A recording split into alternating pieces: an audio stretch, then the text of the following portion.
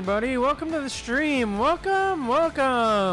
We're here and we are back for some more Punishing Gray Raven. But yeah, I'm not Curios, your catboy assassin from a cyberpunk future, who's also a singer and is at your service. And yeah, we are here and we are back for some more Punishing Gray Raven. But yeah, how's everyone doing today? I hope you're all doing well on this fine and sunny afternoon and day. But yeah, I'm super excited to be back here for some more PGR and to conclude this story as well for Wanshi as well, called The Long Goodbye. Can't wait to finish this and to end this as well. Can't wait to conclude this story. But yeah, I think with that said, without further lollygagging, let us dive in. So yeah, let's go. The Long Goodbye. Hey Celestial, welcome to the stream. Welcome. You just came just in time. We are about to start. We're just about to start the story. So yeah. Welcome to the stream, Celestial. How are you doing? How are you doing, Celestial? I hope you're doing well. But yeah, we're here. But yeah. Oh, yeah. Alright. Okay, cool. Well, I hope you enjoy whatever stream you can catch today, Celestial. Nice. I'm glad you're excited. But yeah, that said, let's go. The Long Goodbye. Hey, chapter name drop. Let's go. Many years ago now, okay. The bullet pierces through Wanshi's body. Memory data, Wanshi's body. Okay. Body fluid, blood splatters everywhere. Okay, so exact same thing's happening in Wanshi. Okay. In the midst of a brutal defensive battle, the military medic drops his still smoking sniper rifle and collapses among the ruins.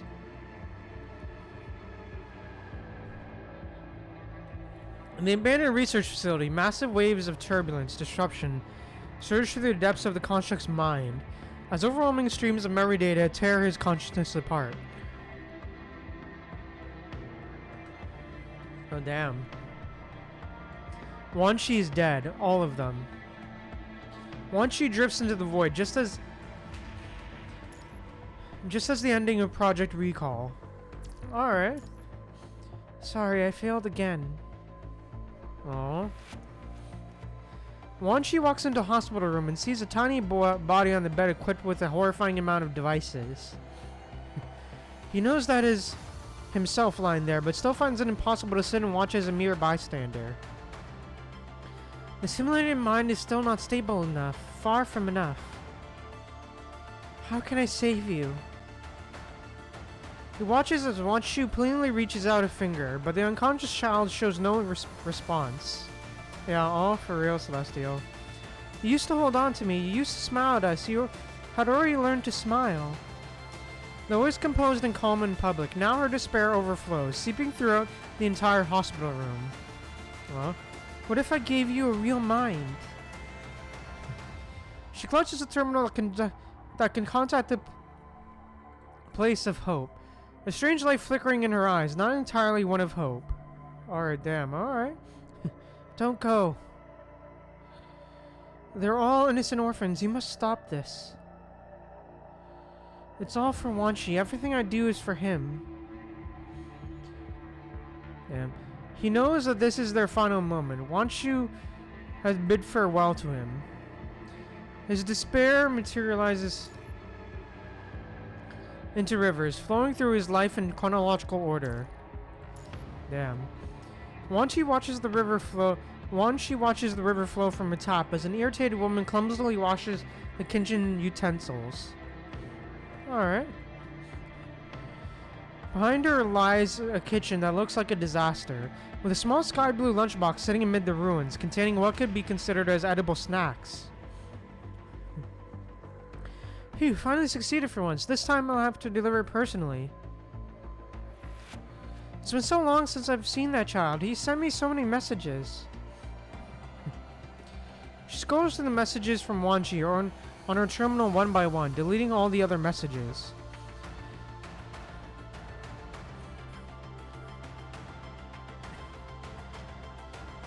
Hey, okay.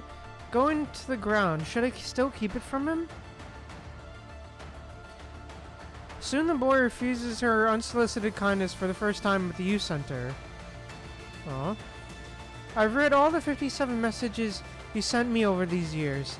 I knew I was the one depriving you of your right to choose freely. This won't happen again. This is the last time, I promise. But I still hope you'll listen to me for just this first time. Aw. The boy pushes the little lunchbox back to Melvi. No, don't turn her down. Tell her she means so much to me. As much as the mother would. All of us kids at the pediatrics are close to her, even Pello. Damn. Aw.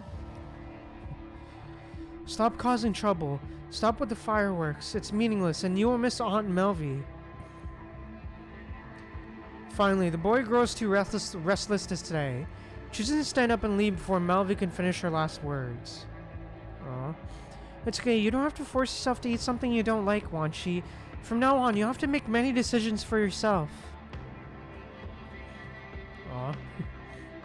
This is his final conversation with Melvi.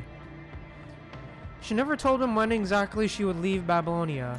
By the time Shorthalt leads him to find her, she is already gone. Oh, damn. This batch of volunteer doctors was rather fortunate. Almost all of them made it back. Only the eldest one sacrificed. Oh. Which one? The deputy head of pediatrics? She helped my child before. How could this be possible? Oh, so she died and sacrificed herself. Yo, what? With the conditions on the ground being so dire, anything could have happened. They've already brought back her belongings. Just one small package. Oh, damn. Yo. Dear Aunt Melvi, I wonder if you're in the conservation area now. I hope you're safe. Please get enough rest. I passed the exam and will soon start my placement at the Star of Life. I'll begin with pediatrics. I still remember the wish cards you made for us back then. I've tried making some myself, though they're not as refined as yours. I hope when I use these, I won't get parents complaining about me feeding snacks to their children. I'll work hard and take good care of every child. I received the package they brought back. There's a lunchbox inside. Thank you. Aww. Melvi will no longer quietly read through his messages. She died on the battlefield as a volunteer doctor. She tried to save a severely infected child, but ultimately lost her life to the punching virus and corrupted. Oh damn, dude, that's sad. Melvi has said her final farewell to him. His fingers tightly grasp the terminal. His messages will never be read from now on. Damn. You cannot stop imagining what happened to Melvi before her death. That child can still be saved. I'll go. Leave it to me.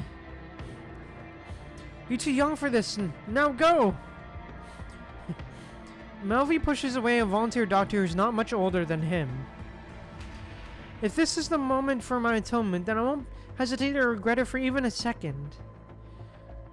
Melvi clutches the immobilized child in a desperate embrace as the corrupted swarm over them, feasting on human flesh. Oh damn. The river quickens, flowing through more scenes of the past. It rushes past Pello's nameplate and the vital fluid on the spaceport ground. Stop, I've had enough. Damn. He sees the construct maintenance room in the Star of Life. Its lights never dimming. He watches the purifying force suppressing jet, while the professor gestures for silence in the transport vehicle. I said I was tired. The river finally flows through the memories that Wanshu had given him. 056. The boy in restraints is about to undergo forced modification. Trembling, he catches sight of the woman outside the window. Wanted to be a good child for his mother. He forces himself to smile again, only whispering one honest confession. Damn. To be honest, I'm a little scared too. Mother. In this building, children are nothing but resources and test subjects. Their emotions aren't joy or comfort, only fear. Yeah. Soon after the modification process with incomplete anesthesia, Theodore trembles and screams in his restraints. He fails to remain a good child and becomes nothing more than a failed, corrupted construct. Oh, damn. It hurts. I'm scared. Mom, don't go. Oh, damn. One after another, people bid him farewell, some calmly, some in tears, some with screams, and some through death itself. Years ago, their farewells already appeared in his dreams, but he didn't understand and buried these memories as if they were mere nightmares. Now his memories have come to collect their due. They had all suffered through the calamity brought by punishing, whether willing or forced to take lives. To sacrifice or to love, they all met their end, wailing. Damn. I'm sorry, I'm so sorry. I want to save you all, and I want to keep you here with me. He pours out his heart's desires and apologizes over and over. Stumbling forward alongside the river of memories that helps him reflect on his life, breathing heavily as if he were still human. Oh, damn. He forces himself to look away from that river, yet he knows what memories are about to surface next. It was an unremarkable spring. He had just received a new frame, and before the red tide struck, he was to complete a search and reconnaissance mission with the Grey Raven Commandant. Damn.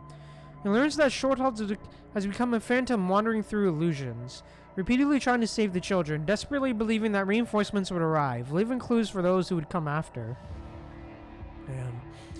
Then the memory data would be triggered again by the corrupted carrying Wanshi's preset program. Wanshi wasn't wrong.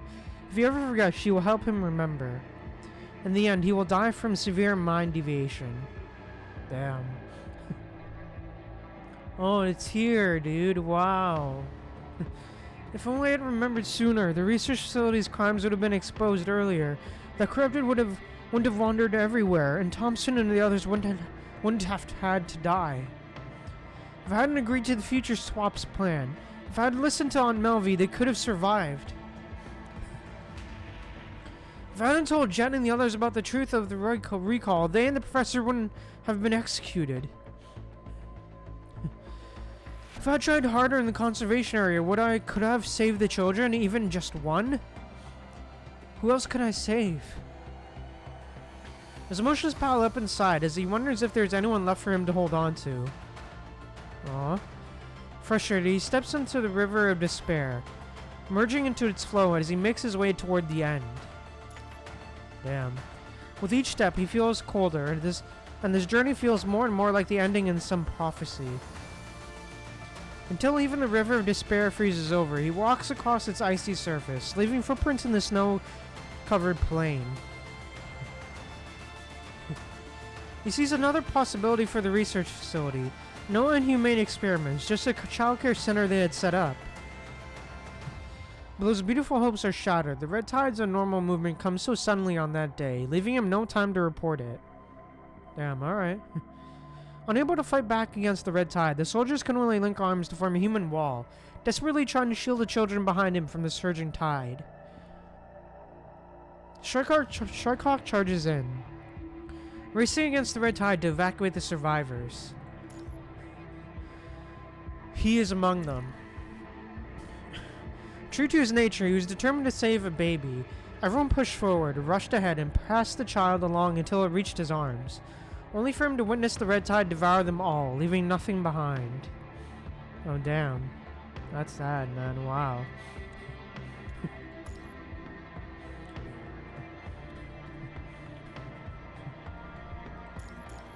When Chrome died, they fought with everything they had, but still couldn't save their captain. His legs give out completely, and just before he collapses, Kamui runs over and hands him the swaddle. Hey, Kamui. Don't worry, Wanshi, I'll be back in no time. Remember that battle? We all got blown to bits. But hey, we made it through alive, didn't we? Alright, time to run.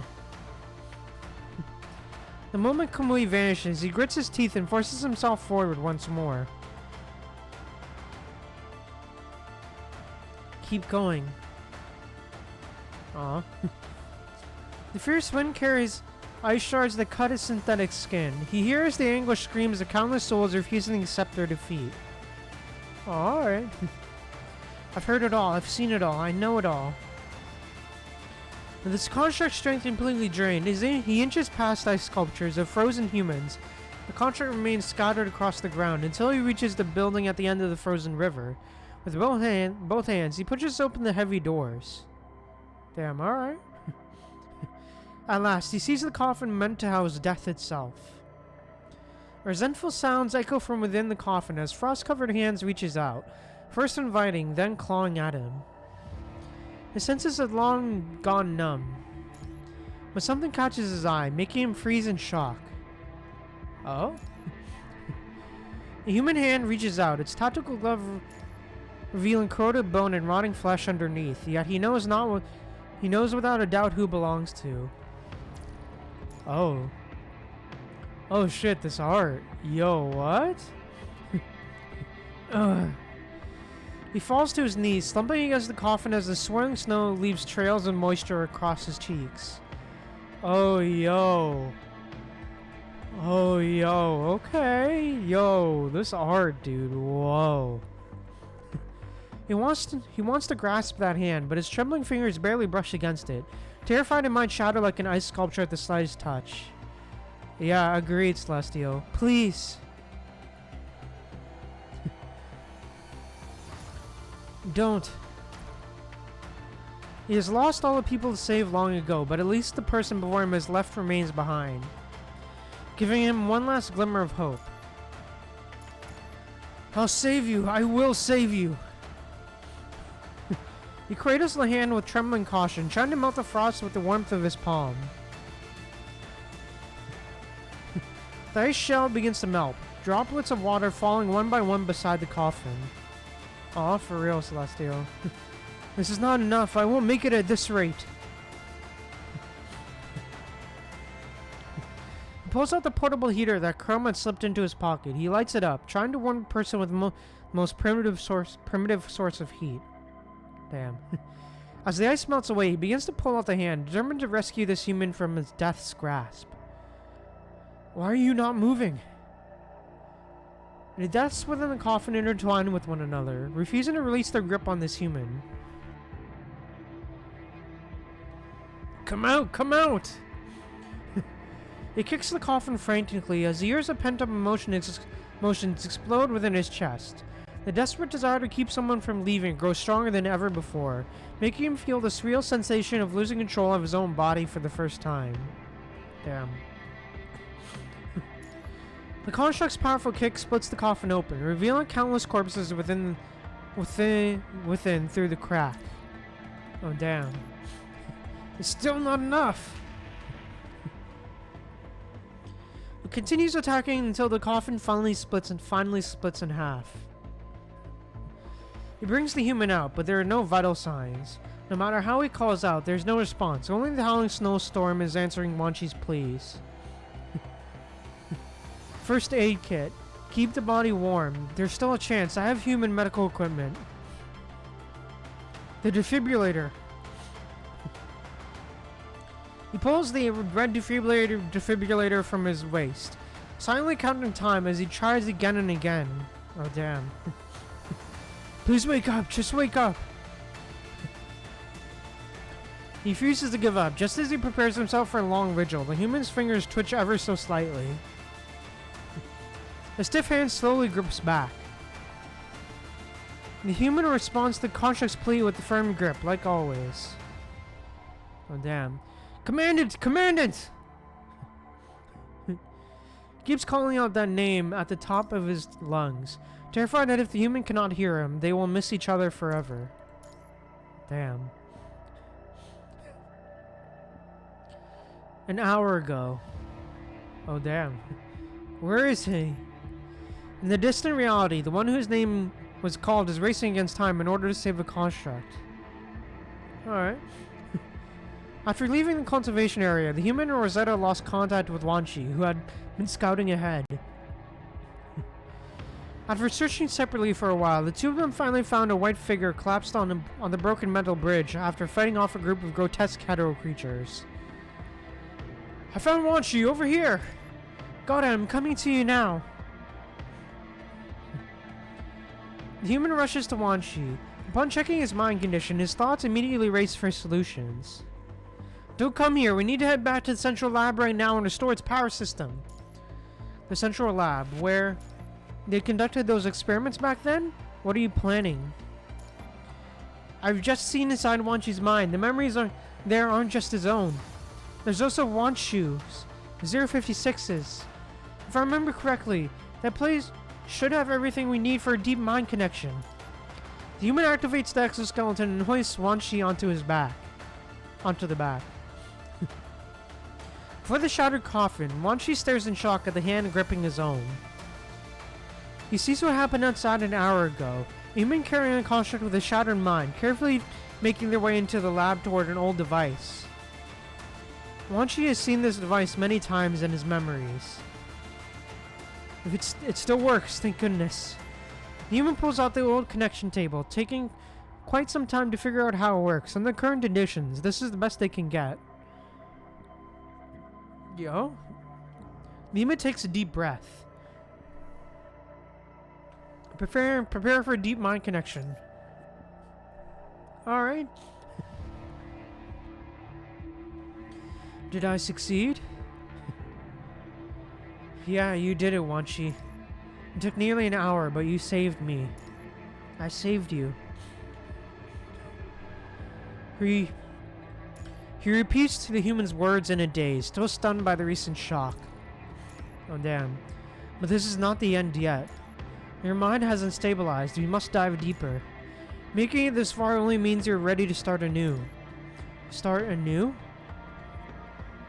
Wanshi turns to look at the path behind, seeing his footsteps on the glacier, each step of memory he was forced to revisit during his mind's disruption. Oh damn. And behind him, in places he has never looked before, lies countless footprints on different sizes. They belong to everyone who has walked alongside him until now. Yeah, agreed, Celestial. Wanshi has definitely gone through so much. Agreed. True, he has. For real. Wanshi, I'll reorganize all the chaotic memory data in your mind. You need to retrace every single step of the path that brought you here. Review this life of yours and find where each path began. The glacier creaks and groans as it begins to thaw. Alright. He looks at it again. What flows beneath is not entirely despair and suffering. It might take quite a while. Let's go now, Wanshi. Hey, let's go. Damn, alright. Wow. Damn, he's really gone so much, man. Wow. So retracing his steps, man. Okay. Yeah, agreed, Celestial. It has to be rough for real to relive all of it. True. True, definitely true. Really has to be rough to relive all of it.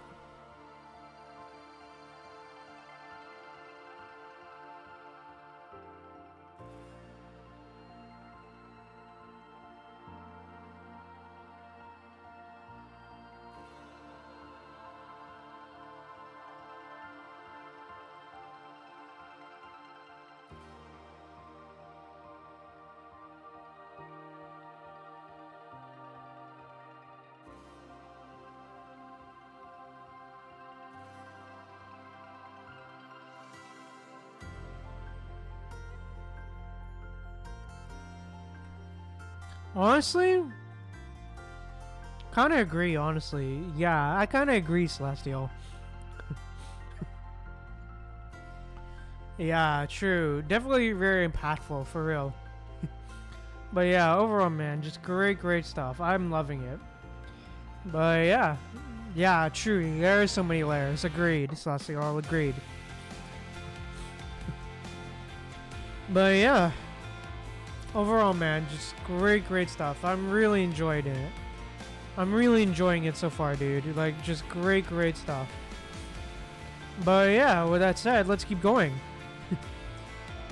Lucid dreamer. Let's go. No, something else in him had died. Something he had long desired should perish.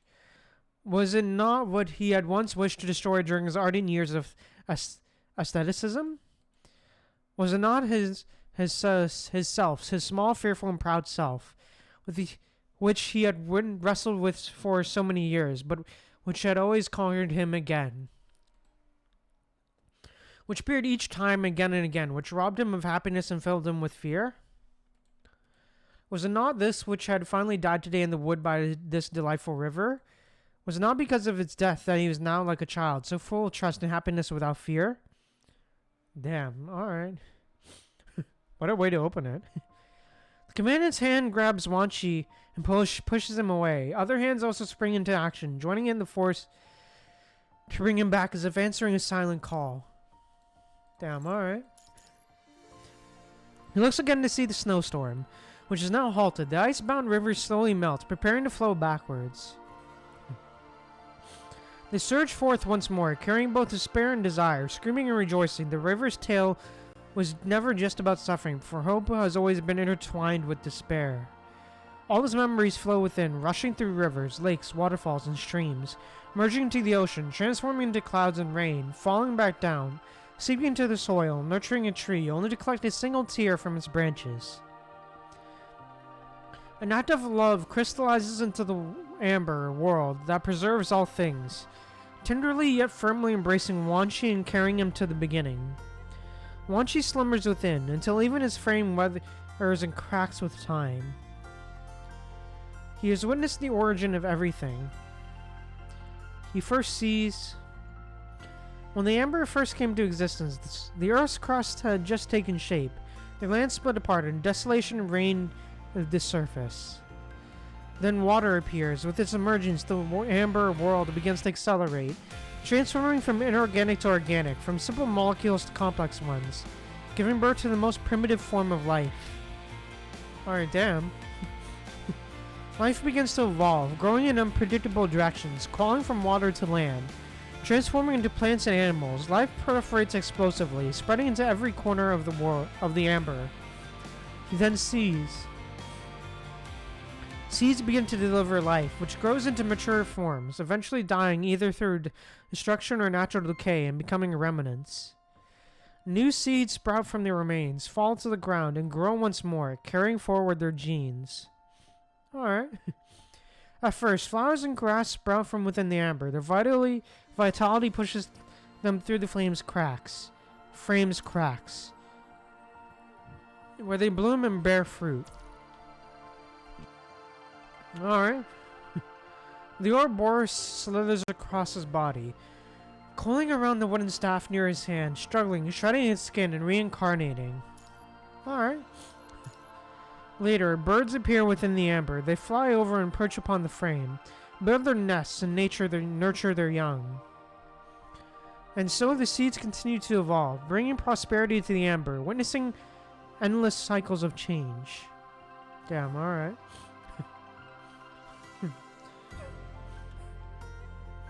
Billions of years have passed until this day. Aww. He's long grown accustomed to seeing all things preserved in the amber, understanding everything, all physical objects, theories, and spirits.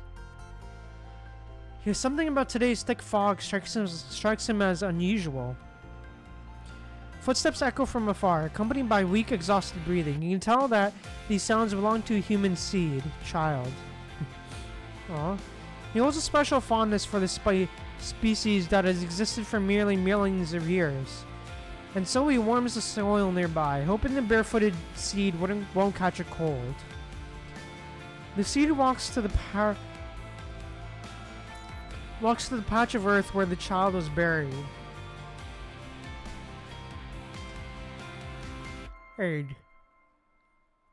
Crouches down to feel the giant's tree bark and digs through the soil near its roots until his fingers brush against something. Alright. It's amber. Amber, is there something inside? I can't see it clearly. The child holds the excavated amber up to the sky. With the sunlight hiding behind the fog, everything within the amber remains obscured. So he dissipates the thick fog ever so slightly, allowing the sunlight to shine through and help the child see what lies within the amber. Aww. The sun is out now. Everything is clear. Is that... myself? A seed inside? Damn. This is where wanshi begins. This is where everything begins. A crack appears on the solid amber like the egg feigns that splits darkness apart in ancient poetry, a fledgling breaking through its shell. The young child turns around as the amber peels away from his body, and after the turn, he's no longer a child, but a construct standing before the giant tree with a white eagle. Damn. The cracks in his frame and the hole in his chest are filled, as love flows in to make him whole again. He prepares himself, listening to the sounds in the mist. This is as much as I can do. Wanshi, I must send you to Eden. I understand.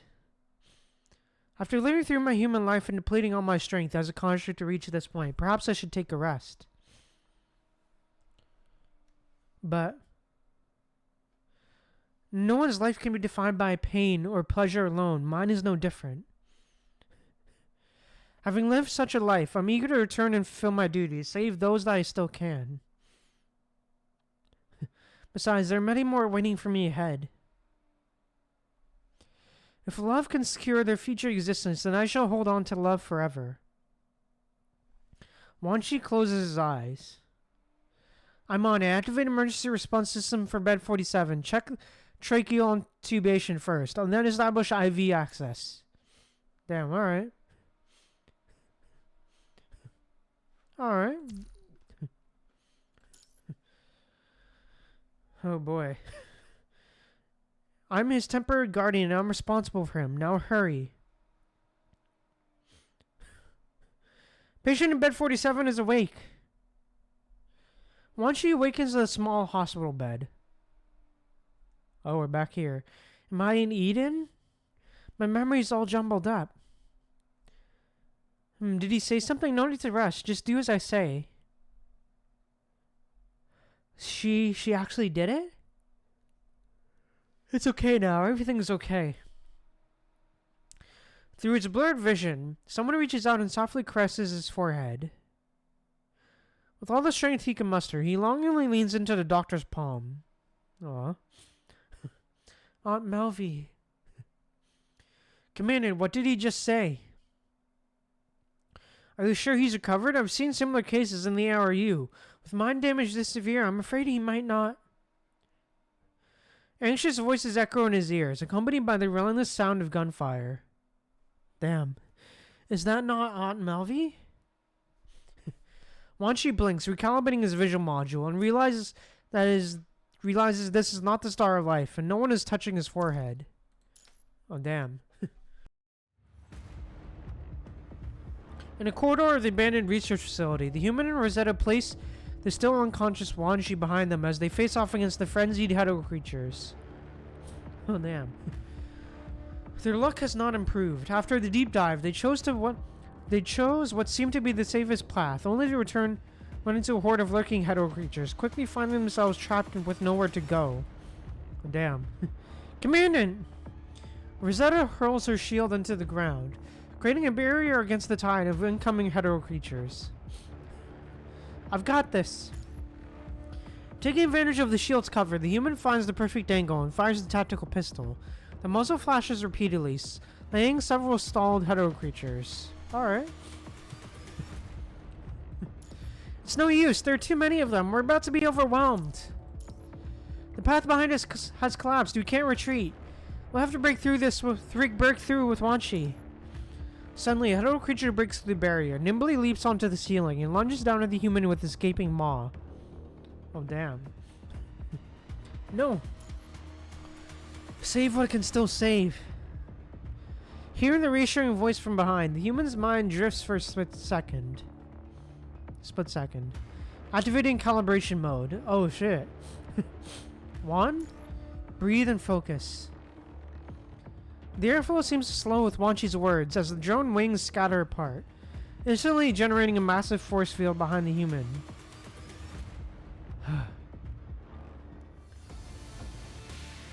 After a moment of stillness, the air begins to flow once more as the nice blue enhanced round pierces through the force field, striking the head of the creature nearest to the human. Alright. The head of the creature howls in defiance as it fades away into nothing.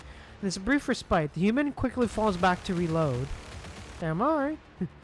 Wanshi draws his gun and charges forward, helping Rosetta eliminate more of the twisted creatures ahead.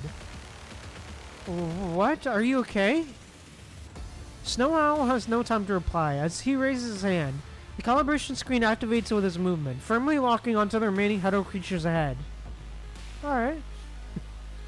Condensation projectiles rain down like a curtain of storms. He hurls another tactical grenade forward, shocking his teammates. Okay. Rosetta, fall back! Roger that. Rosetta withdraws her lance, readies her shield, and retreats to a safe position alongside the human. Okay. Boom. Alright. On the focused bombardment of overwhelming firepower, the Hedo creature's bone-chilling screech gradually fades away. Finally, Wanshi emerges from the pile of remains. Damn, alright.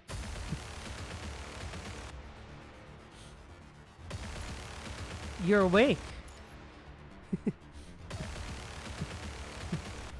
How do you feel? Your mind is seemingly severely disrupted. With an immediate deep mind connection, the disruption will tear your mind apart. Commander connected with you using the equipment left behind in this research facility, saying you would wake up. Still somewhat drowsy, Wanshi touches a small scratch on his forehead, then looks at the two teammates who have protected him until now. Rosetta's frame shows obvious wear and tear, while the human bears wounds of varying sizes. Okay. The human is still watching him with concern. Damn. As he gazes into the human's eyes, the snowstorm and the coffin in his mind gradually fade away, and the life preserved in amber now feels like nothing more than a dream. All the present and essence have converged to this very moment. After what feels like an eternity of silence, he speaks his first words in billions of years. Commandant? I've woken from my sleep. Damn, alright. The human Rosetta's expression visibly relaxed. You're in such a deep sleep, we didn't dare wake you carelessly. The tense atmosphere melts away as everyone exchanges gentle jokes. Wanshi lowers his head with a gentle smile. Aw. Thanks. Wanshi steadies himself, calibrating each module throughout his body before returning his focus to the task at hand with vigilance. Mission isn't complete yet. I need to get to the lowest floor. Troll thoughts moved down there, but I couldn't investigate any further. That's probably where the clues ultimately point to. As if responding to Wanshi's words, the ground violently shakes and the entire area noticeably sinks. Alright. Here it comes again. It's still trembling. Ever since Commander initiated the deep mind connection, these underground tremors have been occurring intermittently, 4 times in the past 30 minutes alone. Damn, alright. If this continues, the abandoned research facility will either collapse or sink completely underground. We're running out of time. In that case, our top priority now is to rescue the remaining construct soldiers. Alright. Wanshi tightens his grip on the gun at his waist. He has chosen to focus on those who still live. It's not going to be that simple. Yes, my sensors are detecting red tide in the lower levels. The red tide is extremely active here. If it consumes and analyzes short halt in his current state, it might accelerate its spread. That would not only put us under greater time pressure, but also threaten the evacuation of conservation areas 189 and 190. We need manpower on both sides. I get it now. Shortalt was taken by Ascendants for punishing experiments. His consciousness remains trapped inside, unable to wake. The child test subjects and researchers were just illusions. What he actually dealt with were deserters and who had made this place their stronghold. That explains everything. Those traces on the terminals were left by him too. Damn. Wanshi draws his revolver, his drone spread out behind him. Let's split up. I'll handle the situation on the lowest level. After that, Corrupted. It probably wants to transmit some information through us. We need to find it and bring data back to Babylonia. Corrupted?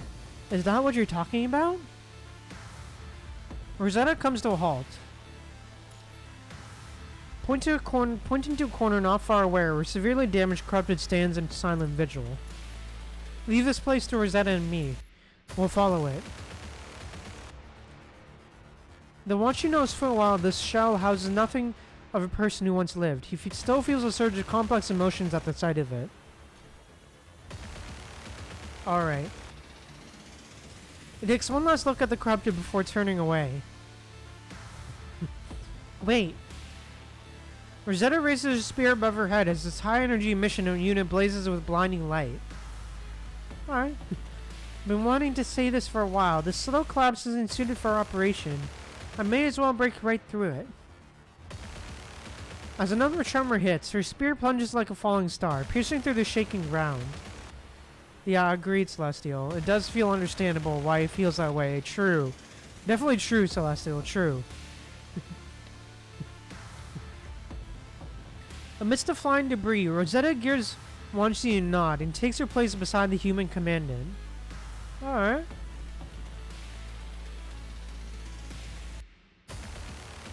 I maintain a remote connection with you. Below the massive void lies an unknown realm of pure darkness. When punishing energy gushes forth like an oil well, causing its concentration in the air to spike dramatically. The human pulls out the last serum and injects it. Let's go. Wanshi jumps down into the void. Behind him, the Grey Raven Commander and Rosetta head toward a different direction, following the Corrupted. Alright. Damn, alright. Time to plunge into the abyss. As they are led down a hidden path, their communication devices suddenly begin to emit noises. Damn, alright. It's Sandy and Greg. Yeah, I agree. The music, though, for real, Celestial. I'm picking up the team's signal now too. They must be nearby. The Corrupted up ahead comes to a halt before slipping into a more secluded room. Alright.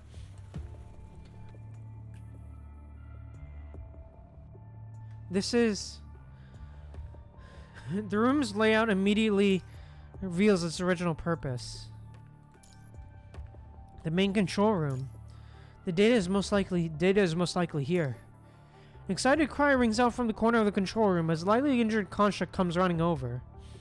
Oh? Commandant! Greg, you're here. What about the others? Following Greg around to the other side of the pipeline, they find several constructs sprawled across the ground, the ones who went missing in the research facility.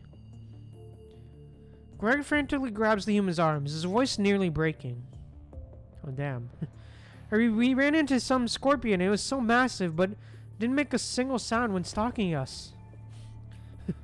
Thank goodness Sandy detected punching signals at the last second, or I'd be lying here with them. Oh, wow, for real, Celestial. Damn, that doesn't sound great. Seeing Greg about to retch from anxiety again, the human gives him a few gentle pats on the back like Sandy did. Easy there, Greg. Take your time. After we were attacked by that scorpion, this guy showed up again. Greg points to the Corrupted standing on the other side of the control room. It dragged us down into the void below. It moved us all the way here. Looks like these poor souls ran into the same situation. Wanshi was right. It really is leading the way. They can still be saved, right? Damn. Greg kneels down once more, pressing his hands against the construct's wound to stop the rapid loss of vital fluid. There are too many wounded. I'm not a support type, but I did receive systematic first aid training. I thought I could at least keep their condition stable, so I stayed here to watch over them. Damn. Having just examined the injured constructs herself, Rosetta rises to her feet with a slight sense of relief. I've checked their injuries. Fortunately, all wounds were treated in time. That's good, that's good. Well done, Greg. Greg slumps to the ground, still keeping pressure on the wound while muttering to himself. Damn. Finally made myself somewhat useful. The ground suddenly shakes with unprecedented magnitude, surpassing any previous tremors as debris just rains down from the ceiling. Yeah, wow, for real, Celestial. Wanshi has arrived! Yeah, uh-oh, for real, Celestial. The human nervously performs a check. Unfortunately, the feedback from remote connection shows stable readings. So far, so good. The remote connection is holding stable. At this rate, by the time Wanshi finishes it off, the research facility will completely collapse. I'll activate the main console now. Debris rains down from the ceiling onto everyone's heads, a clear sign that they cannot afford to wait any longer. Oh, damn. Keep an eye on them, Greg. We'll go ahead to gather information. Wanshi gave me these emergency maintenance tools. They're all pretty basic. You should know how to use them. Focus on waking up those with lighter injuries first. With just a few of us here, there's no way you can evacuate all constructs before the collapse. Yeah, this place is falling apart for real, Celestial. Greg stands there dumbfounded, processing what he just heard. The human shoves the construct maintenance tools onto his free hand. Damn, alright. We're counting on you, Greg. Right, got it. Meanwhile, Rosetta swiftly activates the device and connects the storage device they brought. Fortunately, the power they just restored in the central lab seems to have reached this area as well. Yeah, you can do it, Greg. For real, Celestial. You can do this. You got this, Greg. One more thing. While collecting data, try using the transmitter here to contact Babylonia. It might work. Watch out. A piece of fallen debris nearly hits the human before Rosetta blocks it. The other debris still crashes into the main console. The screen flashes randomly. Oh, shit. Rosetta! Focus on the device. We're running out of time. It's just not the collapse we need to worry about. There's also the red tide. He can easily consume us if we can't evacuate within an hour. Rosetta continues working on the console. The screen flickers again, only to display an access denied window. Oh, damn. Slam fist against the device. That punch seems to have triggered some hidden switch. After dawdling for some time, the device loads a different interface. Oh, damn. Searching. Regular patterns of life begin to flicker across the corrupted that guided the two to this control room. It crawls over at lightning speed. Had the human not dodged in time, they would have been rammed head-on by the corrupted, its body covered in punishing energy. Oh, shit. Under the human and Rosetta's watch, it connects to the prepared interface like a ritual sacrifice. The interface refreshes once more as the vast experimental data and written records cascade before the human's eyes like a digital river. Rapidly scanning through the text, the human soon breaks into a cold sweat. Damn. Through these records, one can trace each subject's brief existence. When they arrived, they were transformed into constructs, and when they were finally discarded like trash. Each entry is written with the tenderness of a mother documenting your child's growth. Oh, damn. Perhaps Wanshi is the only person who truly knows whether her obsession, the fusion of love and scientific pursuit, had saved lives or merely imposed new burdens upon others. Data recording complete, Commandant. There's no time to think. As soon as the storage terminal signals completion, Rosetta swiftly pulls it out and carefully tucks it away. Alright. Not even a second respite is granted. A violent tremor and blood-curdling howls from below herald the control room's collapse. Wanshi! The remote connection keeps cutting in and out. Unable to find out what happened to Wanshi, the human's heart begins racing once again. Damn. Stand next to me! Rosetta raises her shield, holding up the collapsing ceiling while ensuring Greg and the others are safe behind her. I've just sent a distress signal with the coordinates to Babylonia. Let's prepare to retreat, Commandant. Right, let's get Wanshi out of here too. Hey, let's go. Hey, let's go. Time to get him out. For real. Let's go.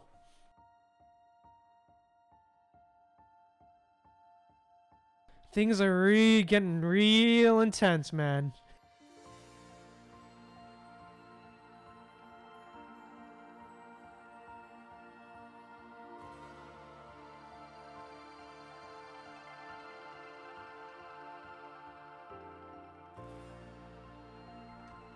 Yeah, true. Yeah, true. Yeah, for real, Celestial.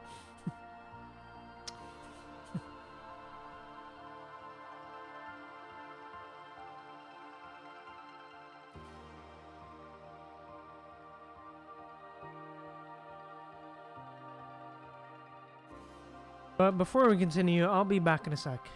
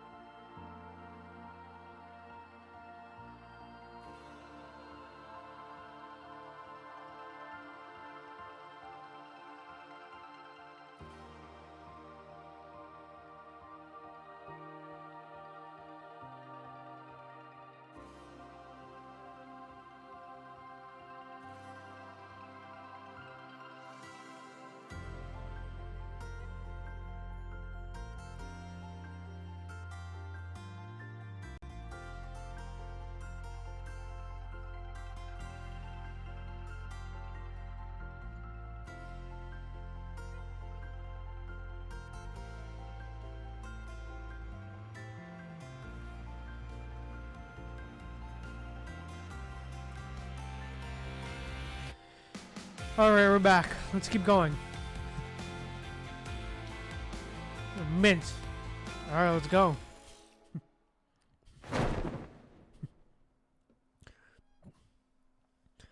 Wanshi leaps into the void, followed by Commander and Rosetta. Both are in pursuit of Wanshu and the truth. Alright. Thanks, Celestial. Though their paths diverge, they all move toward the same purpose. To seek the truth, to save others, to cut out the poisonous roots left by the previous generation, and... Wanshi closes his eyes. Hush, little baby, close your eyes. Have peaceful sleep on the rocking boat. Small boat gently rocks. Wanshi lies on the boat. Wrapped in a warm, soft swaddle. Would you like to take a break and hold the child for a while? I have younger siblings at home, too. Damn.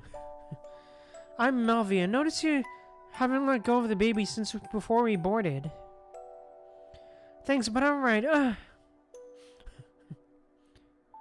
The shuttle suddenly shudders, sending passengers stumbling in all directions.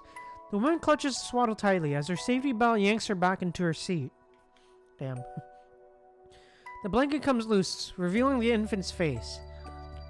He must have survived an explosion with its family. The skin bears scrapes from the gravel, and what little undamaged skin remains glows an unhealthy red. It's clearly burning with fever. What's this? The wounds were treated before we were boarded. It's just, he's very sick. But he's still alive. He's using his father's slot too. We aren't taking up any additional space. Let me save him, please. Don't worry. Once we reach Babylonia, there's hope. I'll help save him. I studied medicine, and I'm going up there to do research. We'll have access to cutting-edge technology. Of course, it won't just be me. Everyone will help save him. Damn. He's just a child, after all. Melvi gazes tenderly at the infant. He's the seed of our world. The seeds will never be abandoned, trust me. So right now, what you need most is rest. Let us take care of the child for now, alright? People from across the shuttle reach out with their hands as well.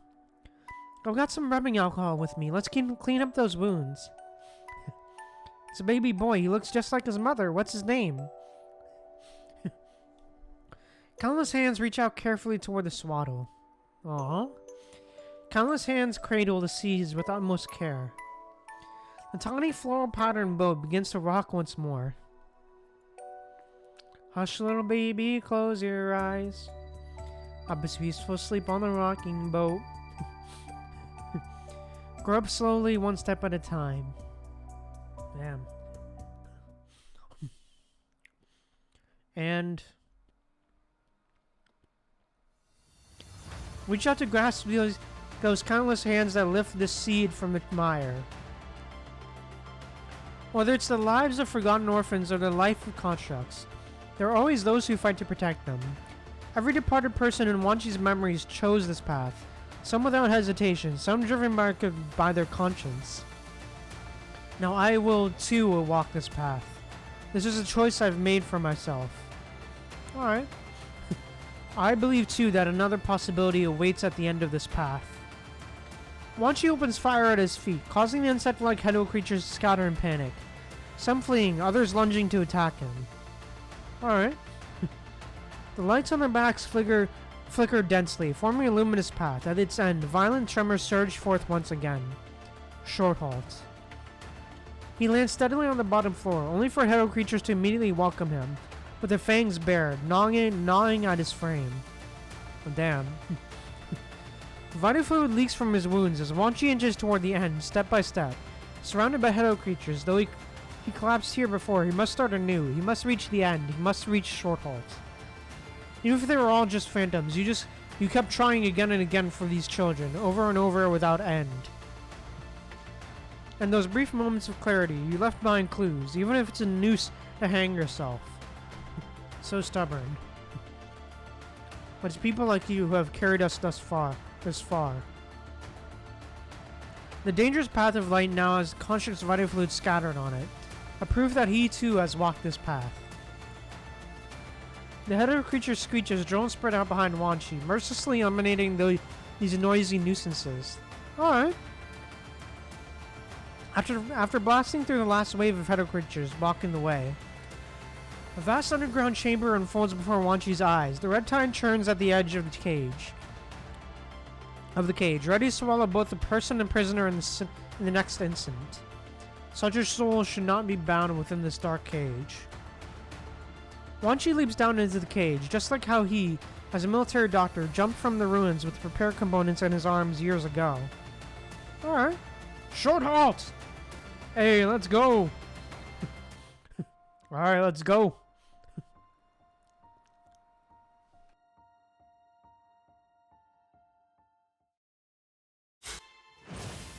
Oh, cutscene?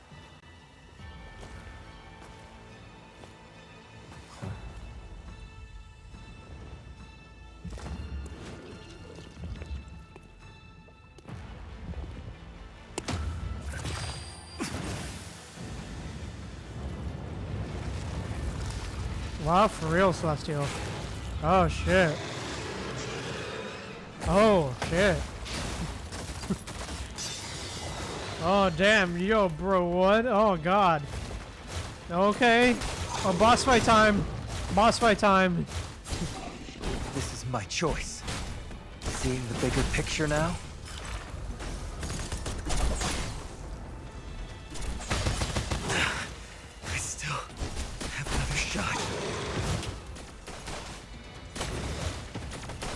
There's nowhere to go. Boom. Nowhere to hide. This is my choice.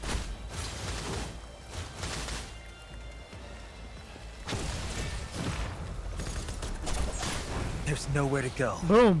Nowhere to hide. This is my choice. I still have another shot.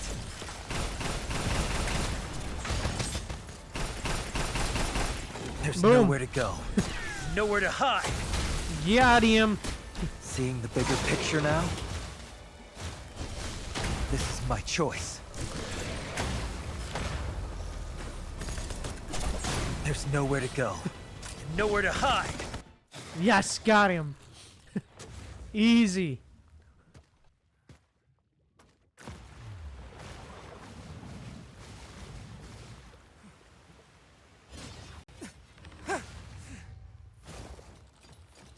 Oh shit. Oh yo.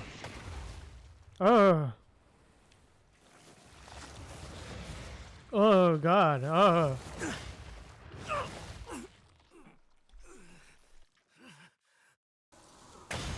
I still have another shot. Oh shit. Yo. Someone's here. So many of them walked past me. Right here. And never came back.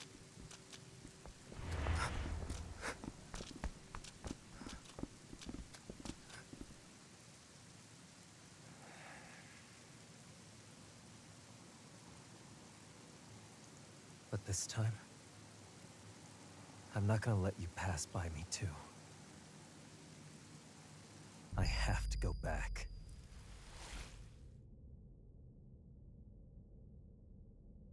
Connect Oh with me. yo. Come. Hey, let's go. Okay.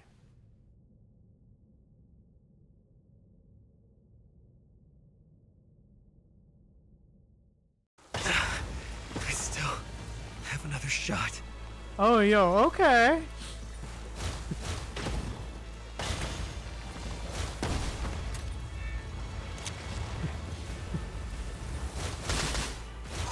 I didn't plan to lie down first this time.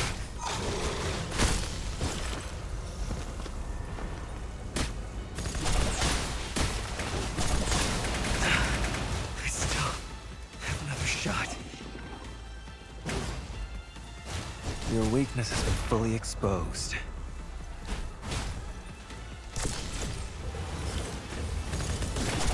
There's nowhere to Boom. go. Nowhere to hide. Seeing the bigger... I still have another shot.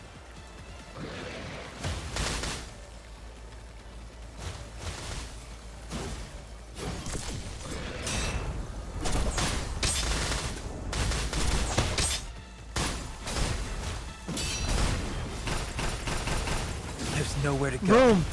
Nowhere to hide. This is my choice. I still have another shot.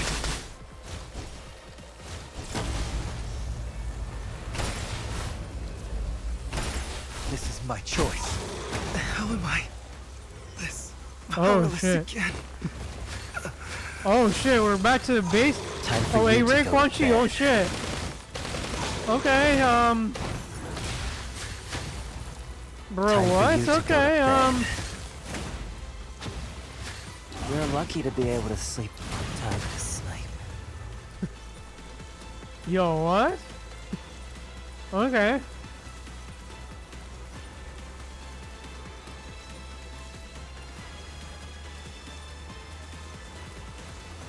Like matching signal arm is okay.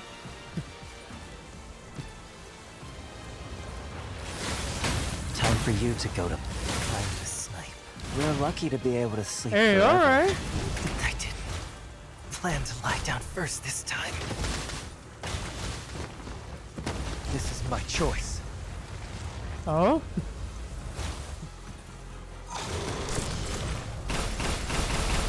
There's nowhere to go. Boom.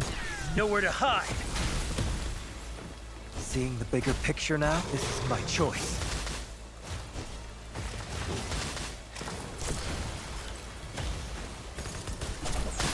There's nowhere to go. Boom. Nowhere to hide. Your weakness has been fully exposed. This is my choice. Alright. See you later. I still have another shot. Enjoy your meeting, Celestial. Oh, damn.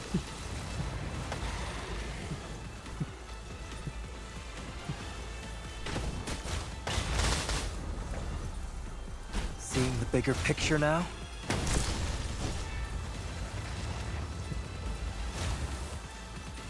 This Titan planned to lie down first this time. Boom, got him. Is everything just an illusion? Oh, shit.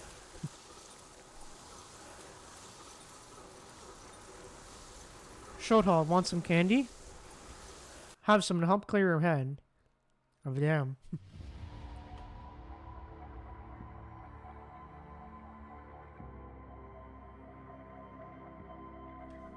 Shothal feels like he's heard a shout. Alright. It's an overcast day.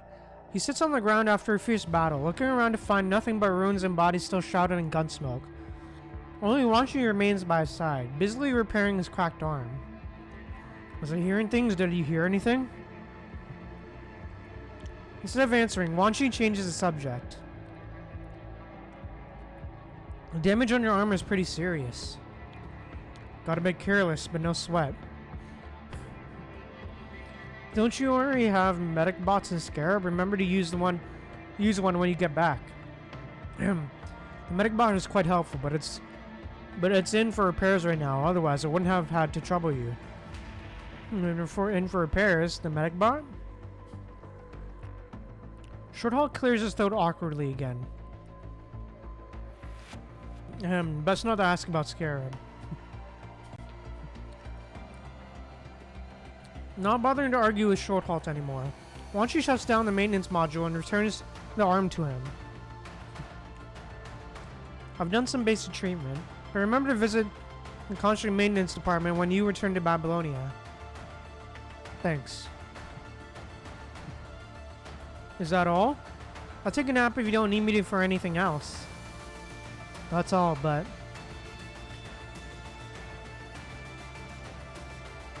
I keep feeling that there's something I haven't done. Strange. Should we check your mind status? It's not that serious. Just need some rest when we get back. Shorthold reaches into his pocket for a mint to help clear his head, but finds nothing. The pocket is empty. What, did you finish it already? What are you looking for? Valeria gave me some snacks before I left. There's no way I ate them all at once. Did I drop them somewhere? Snacks, huh? Will this work? Oh, this art. Shahol looks at Wanji's palm, where a single liquor-filled mint candy lies. That's it. Shahol takes it and unwraps the candy. That's it. Oh. It'll help clear your head. Oh shit, yo. Shorthall pauses briefly as he stares at the green candy in the wrapper. Staring at the candy, he remembers many forgotten memories.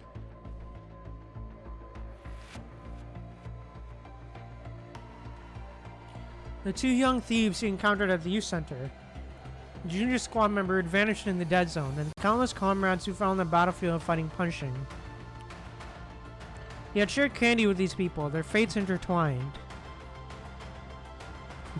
I see. Wanshi stares into Shorthalt's eyes, as if trying to confirm something. How long was I in there? A long time. The military has already listed you as deceased. It really has been a while. Valeria didn't show you that footage. I wonder where I was drunk. And hugging a medic bot? The first thing Shorthall asks is some bizarre video that Wanshi's never even heard of. Damn. Great, glad you didn't see it. Shorthalt takes the candy from Wanshi and holds it in his palm. Aw. Wanted me to tell you what happened to me? You probably know most of it already. The Ascendant, that purple-haired kid turned its place into their stronghold, throwing constructs with stable minds together to merge them. We were just one batch of test subjects, and they'll keep doing this. It's all over now. Seeing Wanshi's expression, Shorthalt seems to understand. Oh, it's been so long. Who was involved? From what I heard, there were a lot of people, including the Grey Raven Commandant and your clone. Their nameplate has been returned and is now in Valeria's custody. What about Valeria? They didn't do anything unnecessary, did they? I'm not sure. What about you? Sometimes you're even more obsessive than those lunatics. Yeah. Forget it, let's drop this. My head's already a mess. I can't handle any more chaos right now. Shorthalt taps his head, gesturing to Wanshi. With so many minds overlapping, I've seen countless memories of the past, including ones from this place. This research facility experiments on children. That dump out there back is almost full. I tried to get the children out, returning everywhere, but couldn't even find an exit. Then, they marked me as an intruder and opened fire. Seems like it was all just hallucinations I pieced together. I know everything, Shorthalt. I can see all that you've done. You do? Shorthalt smiles. You followed the clues I left behind to find me, didn't you? You even found a way to deal with me. Looks like you haven't forgotten about those old missions after all. Those memories are too persistent. Anyone could have had trouble forgetting them. Shorthalt pats Wanshi on the shoulder. Wanshi keeps his head down. He knows he has lost another person who had once patted his shoulder in his youth. Damn. We're running out of time. Let's go, Wanshi. The red tide will devour the nearby conservation area. Take what you need and then people you want to save. You should have found the Grey Raven Commandant by now, then withdraw as quickly as possible. Alright. But you... Whoa, whoa, whoa. Hold it right there. Don't you dare have any dangerous thoughts. Besides, I wasn't the only one in there screaming and struggling. Oh, damn. Everyone needs to be set free. Shorthalt picks up the mint candy. Aw. Without hesitation, he swallows it. Bang. Damn. As Wanshi's finger leaves the trigger, fragments of the mask from the scorpion-like enemy's face shatter through the air, whistling sharply past his ears. Damn. Shorthalt's parade has come to an end. He will be preserved in Wanshi's amber, intact and eternal. Oh, damn. Oh, that sucks, man.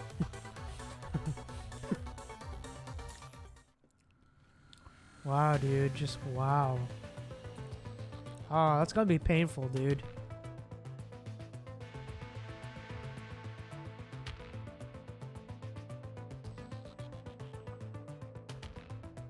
To say goodbye to another friend like that? Wow, man. Wow.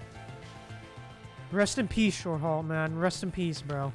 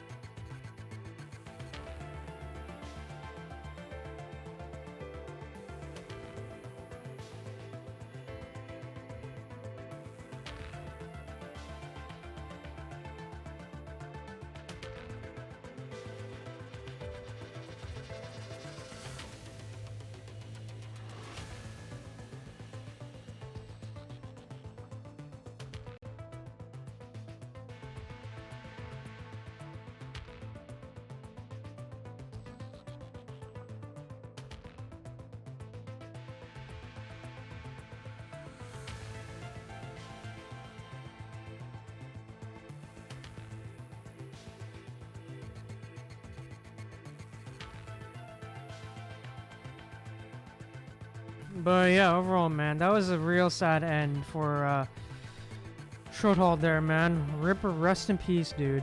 Rest in peace. But yeah, with that said, let's keep going.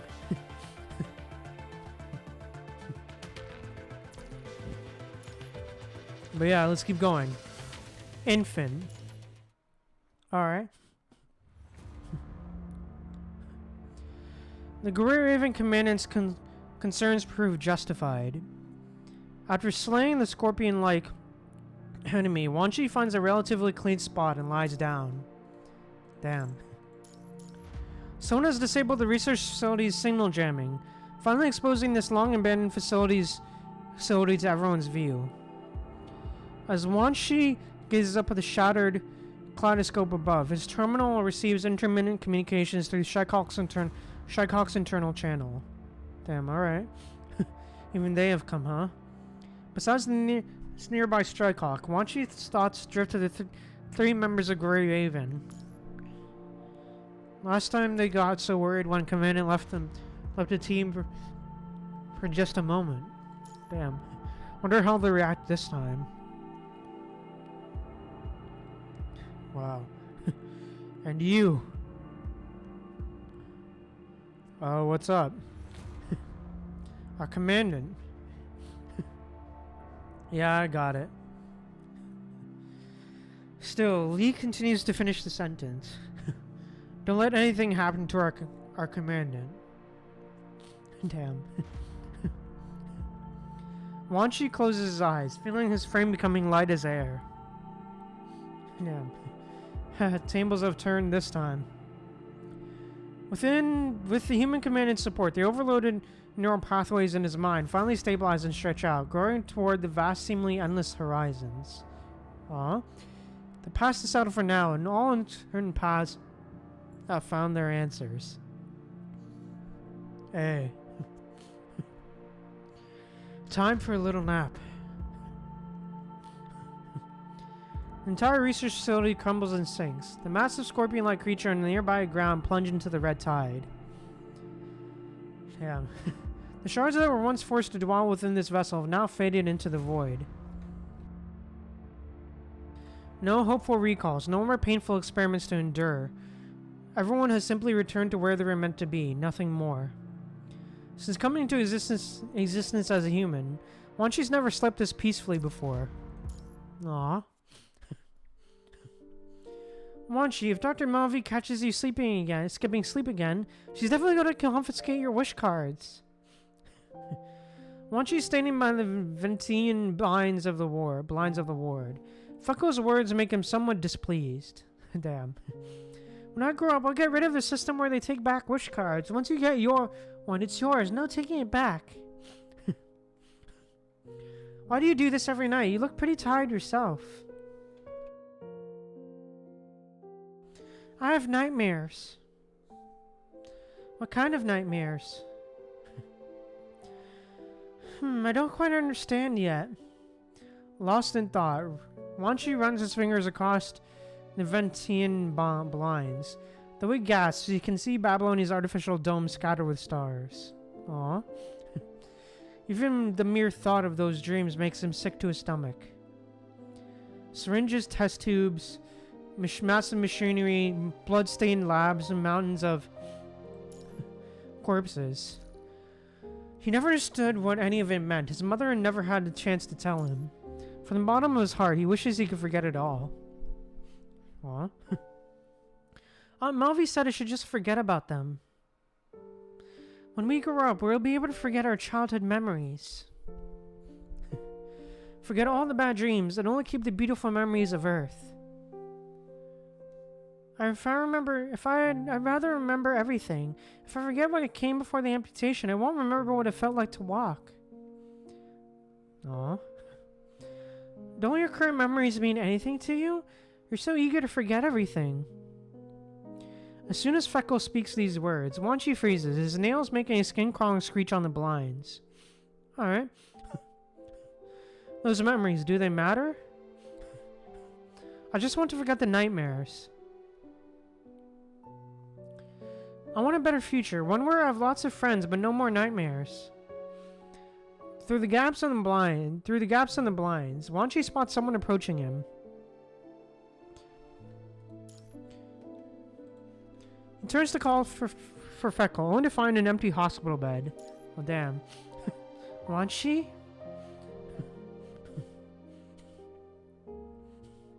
Knock knock.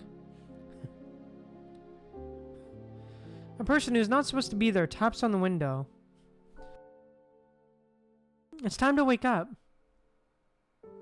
Mom, I wasn't sleeping. Another person forces their way next to Wanshi and gives the window 2 knocks as well. Get up already. Why do you always stay up so late? You're still a kid who needs a good sleep to grow up. More and more people gather outside the window. A fellow with his blue-purple hair.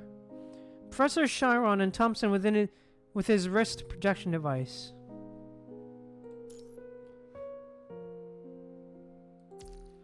Without realizing it, Wanshi presses against the window, eyes wide open, trying to get a good look at them. I can't get out. I don't want to leave either. I want to look at you a little longer. I might never see you again in my dreams after this. But then a towering figure approaches. It's a construct. As he raises his powerful arm to pound against the window, the entire house shakes from the impact. Don't fall asleep here. The construct pounds for a while, then lets out a resigned sigh, as if accepting his fate. Alright. Looks like we won't be able to break this thing after all. I'll leave it to someone else. Who? The future that you've been dreaming of. After Shorthole finishes his sentence, the ground violently shakes, almost knocking Wanshi off his feet. Alright. A wave of heat tears through the ward's walls and windows. Wanshi squints and stumbles backward. Fortunately, the blinding light has not damaged his eyes. Hey, yo, okay, this image. Hey, yo, let's go. Yo, this image is nice, bro. I like it. Oh, yo, this is awesome, man. Once his eyes adjust to the new light, he stares in shock at the completely transformed scene outside. As far as the eye can see, the air is filled with dancing flames and floating ash of the battlefield.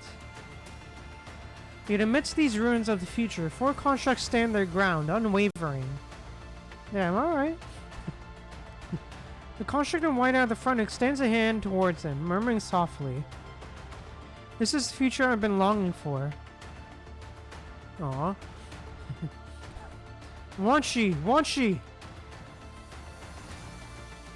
He feels himself being lifted up, then placed onto something that keeps swaying and bumping. Aww. This feeling is all too familiar to him, exactly like when he was carried out of the ruins years ago. Aww. After Wanshi feels like he's slept enough, he slowly opens his eyes in response to the calls. Great, finally made it in time. Hey, Chrome!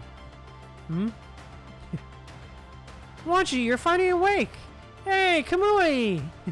Wanshi's audio sensors take a heavy blow as the blonde construct's face suddenly appears in sight, so close that he can almost count every speck of dust on Wanshi's face.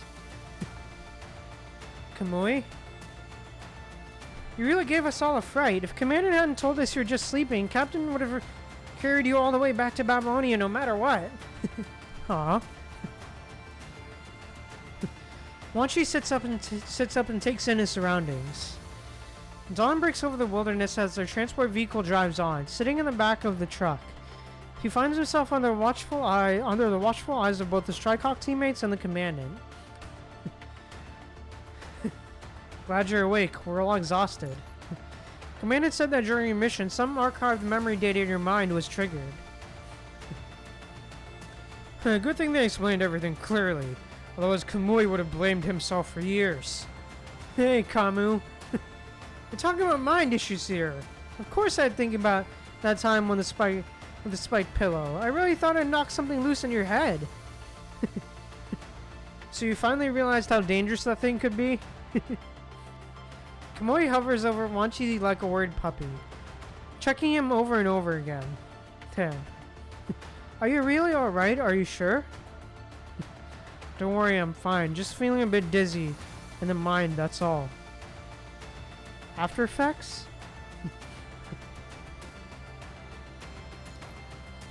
Wanshi nods. There might be other symptoms too, like falling into sleep mode uncontrollably at random times. Seeing everyone's looks of understanding, Wanshi cannot help but add another comment. I mean it, literally. Everyone's expressions darken in unison. Once you're back in Babylonia, the first thing to do is getting you through a thorough checkup at Star of Life. Roger that. Alright.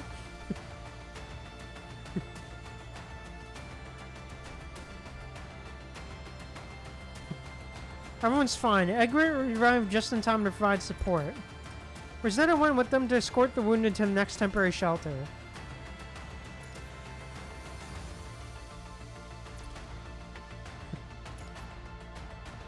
A new temporary shelter? Have they already finished relocating both conservation areas?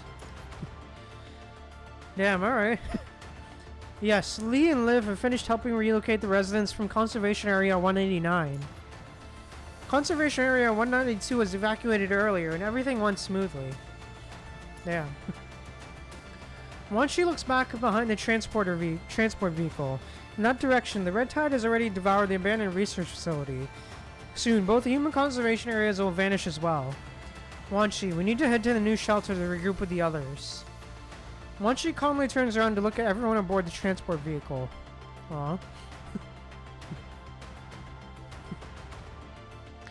The punishing will devour this place, erasing many things we call memories. But humanity will build a new home elsewhere. People will always create new memories together. Aww.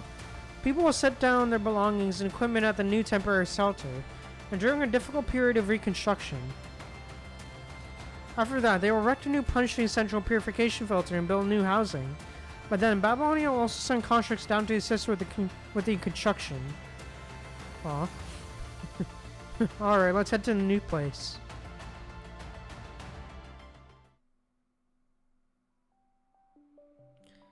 Daylight floods the skies, people bustle in and out of the hastily erected military tents. Alright. Thanks to the scouts' early detection of Red Tide activity, the evacuation proceeded smoothly. Apart from unavoidable property losses and harassment from hetero creatures along the way, no other issues arose. Alright.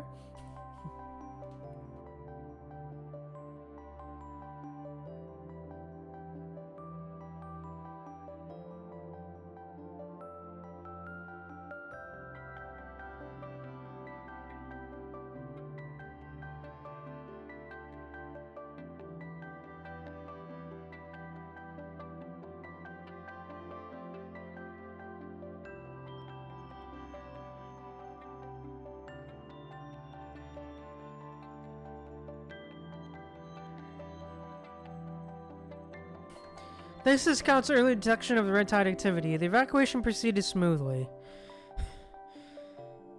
Alright, no, I already read that. My bad. Most people manage to remain emotionally composed as they throw themselves into the new construction effort. After a brief report to Babylonia, you finally have the time to address Liv's word gaze. Aw.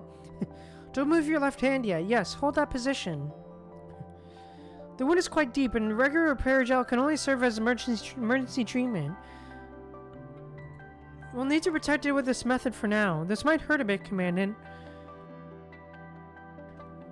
Damn. As soon as Liv speaks, she swiftly wraps medical bandages around the human's forearm. Disinfectant gel is pressed into the wound by the wrapping, spreading a searing burn through the area. Ouch!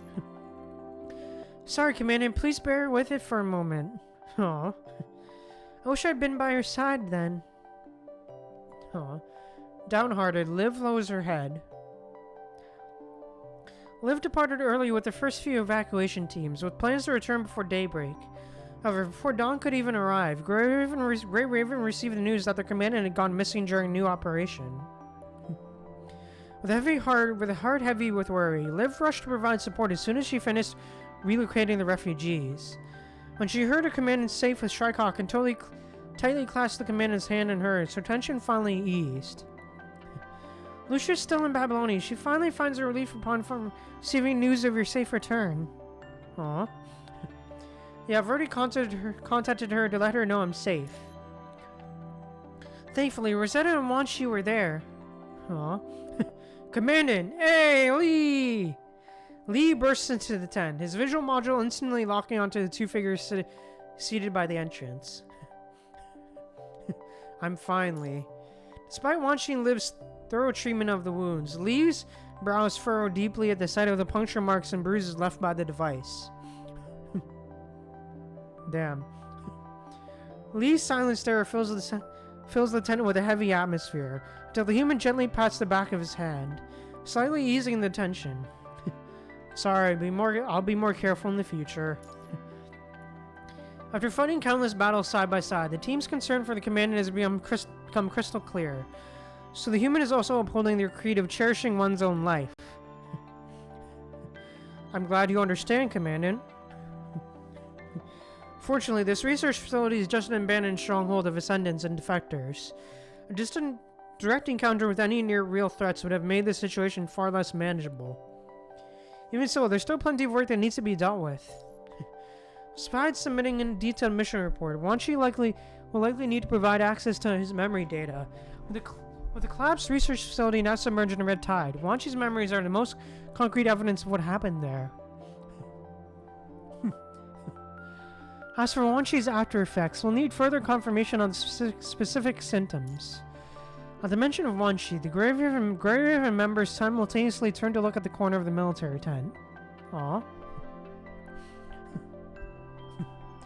Sharkhawk is helping out there. We'll let wanshi rest here for now.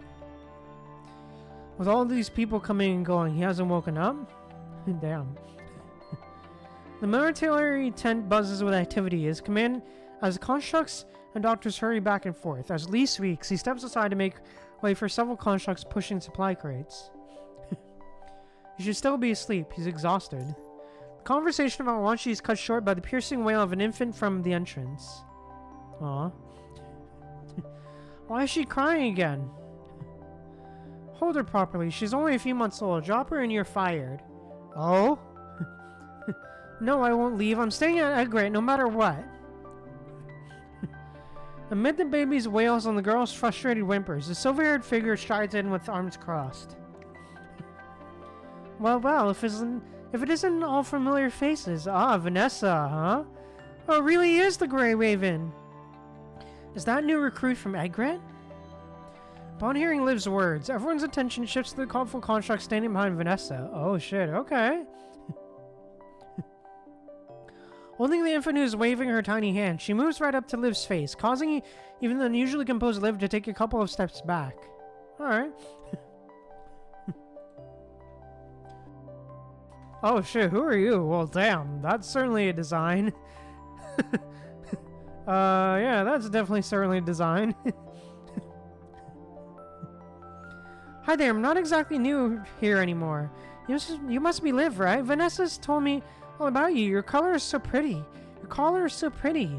What's it made of? And those buttons are so sparkly. Through tears, the infant reaches out with tiny hands, trying to grab the buttons on Liv's outfit. Well, damn, alright.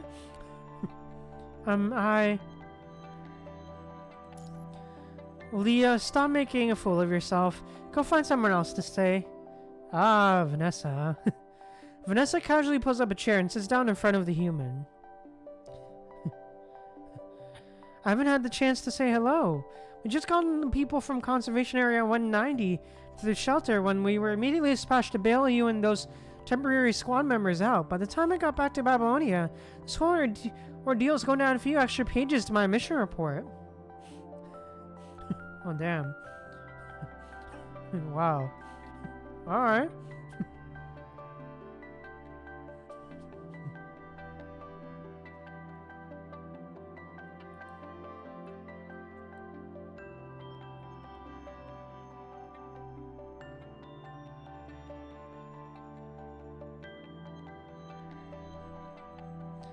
Okay.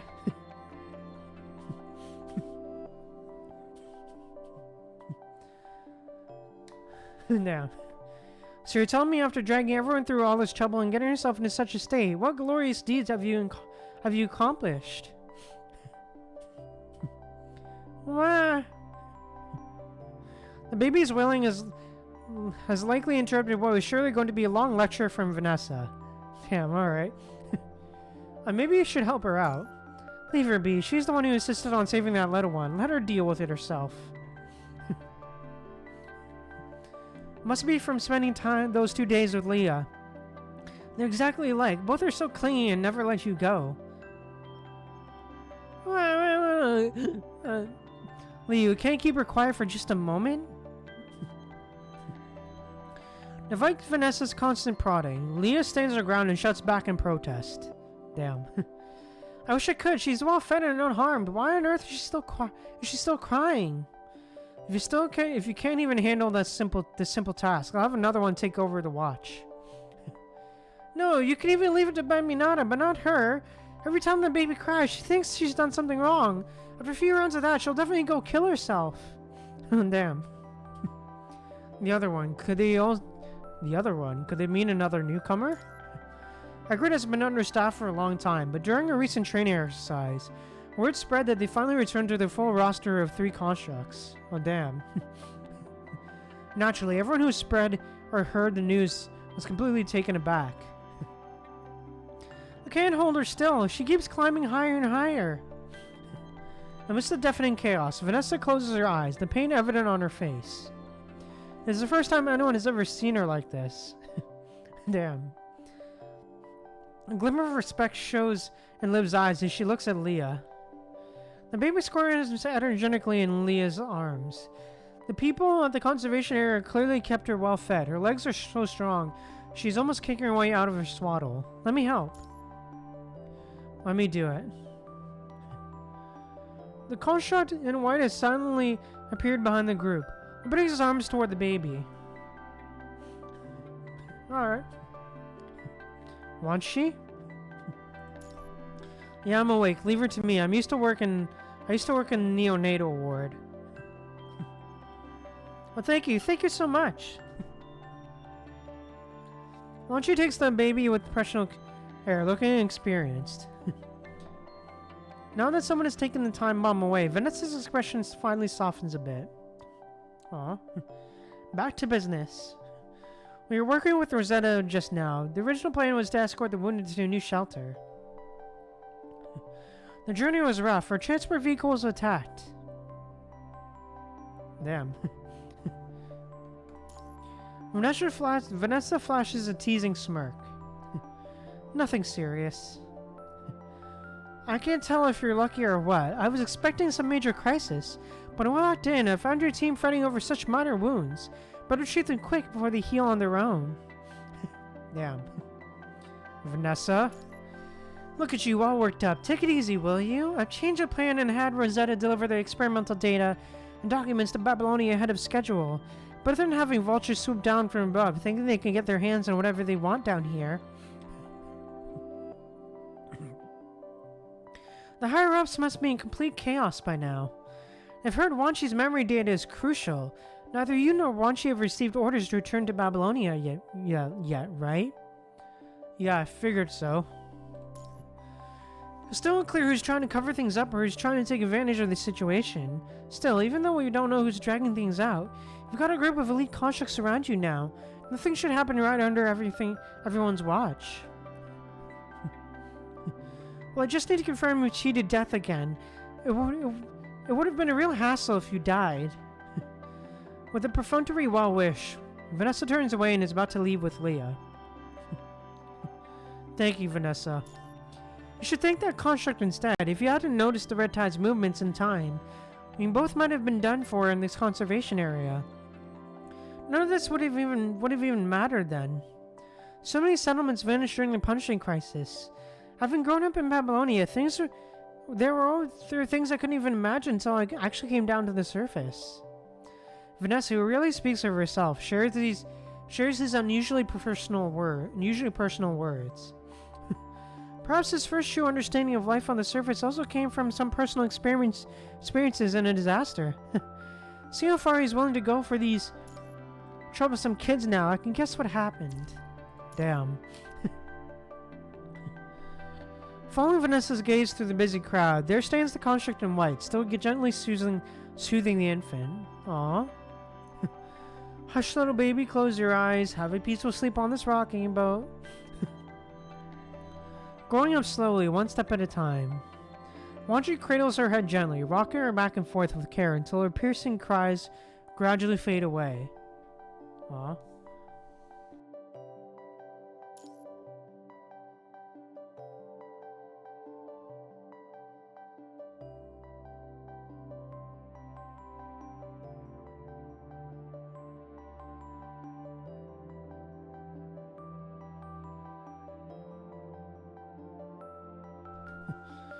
As her tiny hands wave about aimlessly, Wanshi silently brings his face closer, letting her feel his bionic skin.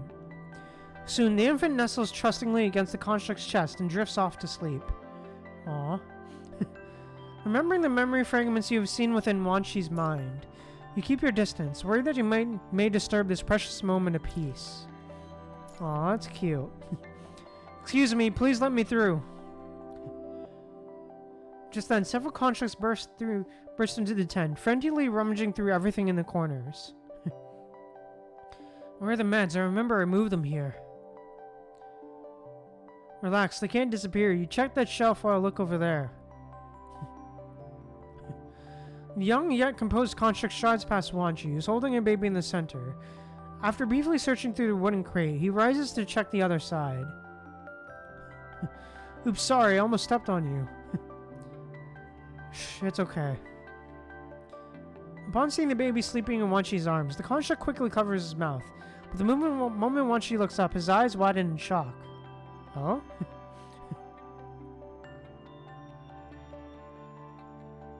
Yes? Are you Mr. Doctor? The young construct drops to a crouch before Wanshi in one swift motion, his voice trembling with disbelief. I'm Nathan. Do you remember me? Oh. Oh shit. Wanshi can barely recognize him. His mind drifts back to that dawn from years ago. Lying among the gunsmoke and ruins, he watches the rising sun in despair, muttering one final plea to save just one life, even if only one. If you haven't given us those medical supplies back then and rescued us from the stronghold, I might have already... Nathan tries to contain his surging excitement as he speaks. Wanshi can only stare at him in a daze, almost forgetting to pat the infant in his arms. Aw. This baby is from Conservation Area 190, right? Let me take care of her. I'm stationed there. Hearing these words, Wanshi seems to finally snap back to reality, nodding slowly as he carefully passes the infant to Nathan. Alright, thank you. Nathan adjusts the baby's swaddling cloth. Soon the tiny floral pattern boat begins to rock once more. Aw. Hush, little baby, close your eyes. Have you peaceful sleep on the rocking boat. Grow up slowly, one step at a time. Aw. Aw, that's cute, man. That's cute, dude. Oh, I love that. That's cute, bro. That's cute.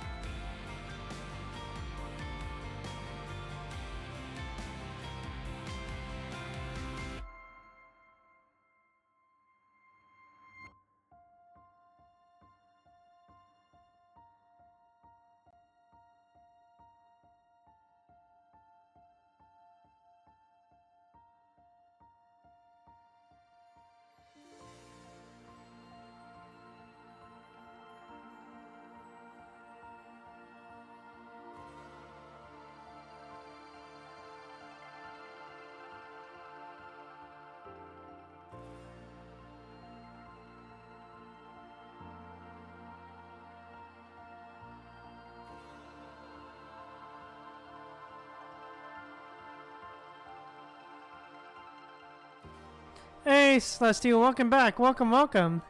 Yeah. Yeah, for real. But yeah, totally not stressful for real. But yeah, we're currently still going through the story. But yeah, we're back. But yeah, the story is currently on its way to wrapping up. So yeah. Just a few more nodes left. But yeah, let's keep going. Not too much, I guess. Mainly dealing with the aftermath now, Celestial. So yeah, let's keep going.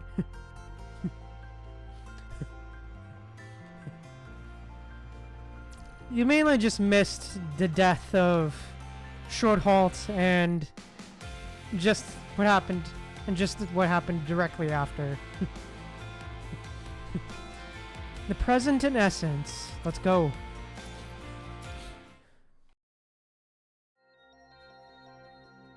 Sounds Council, testing ground, okay. I've been going through detailed inspection procedures and navigating numerous corridors. You finally stop in front of a sealed laboratory. Alright. It was back to the window. Asimov was working on some laboratory equipment while Wanshi lies on the examination bed, connected to the mind monitoring devices. The screen displays the current stability of his mind readings. Alright. The previously stable connection suddenly shows an abnormal fluctuation, and Wanshi's eyes flutter in response. Asimov walks out soon after noticing the Grey Raven commandant.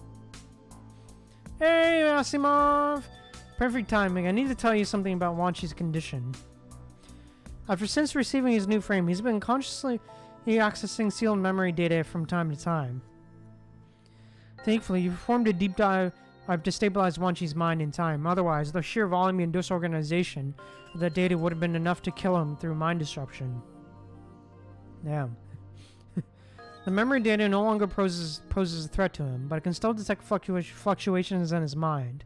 He must have told you about his condition, those momentary blackouts. It's essentially just a brief and controlled stasis.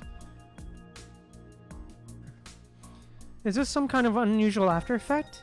You can think of it that way. While it doesn't significantly affect his daily life, he must take this seriously for the sake of his future combat operations. Damn. I've run a thorough examination. The trigger appears to be a momentary disruption in his memory data, which has destabilized his memory storage system. Yeah, so it is a side effect, for real. Yeah, it is a side effect, Celestial, yeah. So it all comes down to his memory data. The mind disruption burst he experienced at the research facility was too severe. Even though you managed to stabilize him in time, this kind of irreversible damage was to be expected. At least irreversible within our current technology. Damn, alright. Is there any way we can treat this even partially? Like temporarily switching back to his old frame? There are two solutions. The simplest one is temporarily reverting to the old frame. It's a standard method for dealing with mind deviation. We've tried it already, but it doesn't work for Wanshi. Damn. Another suggestion is to install an external memory module. We've banned Minato from Egret as a precedent. If we try something similar with Wanshi, the results should be more stable after all. Wanshi's condition isn't as complex as Minato's. However, using external modules would sacrifice much of Wanshi's memory data. At the very least, he would lose the ability to recall memories freely. Wanshi himself has made it clear that he won't accept it. Oh, damn. Wanshi? I've disconnected from the monitoring device. Wanshi walks over. It's hard to imagine him firmly rejecting anything. Still, having delved deep into Wanshi's mind before, you can somewhat understand how he feels. So many people have had all traces of their existence erased. If the memory data about them is moved to external storage, wouldn't that mean they have vanished completely from this world? Besides these two options, Asimov and I want to try a third approach. A third approach? Asimov pulls up a document and gives the human a brief look at the publicly available research topics from a particular project group. This project group was established by the Science Council a few years ago, specifically to study various types of mind disruptions and constructs. Unlike most previous mind research, this project is specifically focused on medical applications, working in close collaboration with the Star of Life. I've asked around. Wanshi's condition is quite unique. There aren't any similar cases in the project group yet. Damn.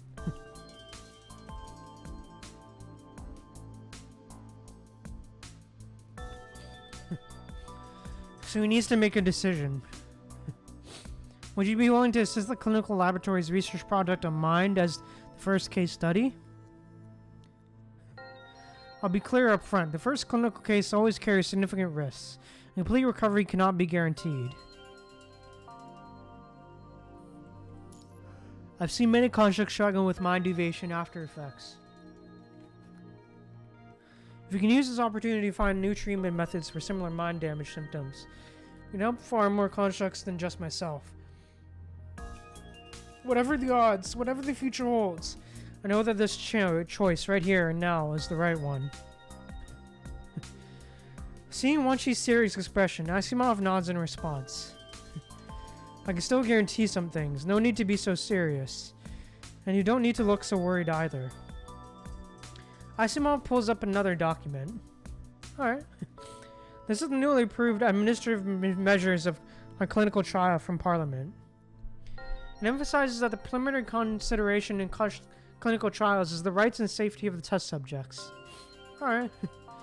For research is carried out, all experiment plans must be approved by the Ethics Committee.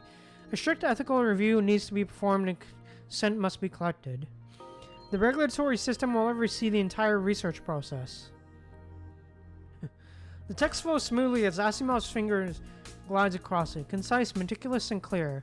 These are the principles everyone must abide by. Humanity should have realized this by now. No proposition outweighs the survival of human civilization. Alright. After Wanshi finishes reviewing the documents, Asimov leaves a final remark. This weapon was meant to benefit our area, but some have used it against the wrong targets. Now it's time for someone to wield it as it intended. Science marches forward, and the refinement of human civilization continues without pause. The pruning of excess and erroneous branches is always required before new buds can grow in spring. If there are no other questions, Wanshi's treatment should begin shortly. Thanks. Alright. No problem. Okay. We're just treating the after effects left by that old mine project. As for the rest, we'll leave it to me. We'll leave it to time. Asimov gathers his files, preparing to leave. Where are you heading next? Getting some rest?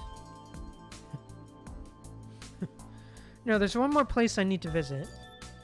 We're going to the youth center. Aww.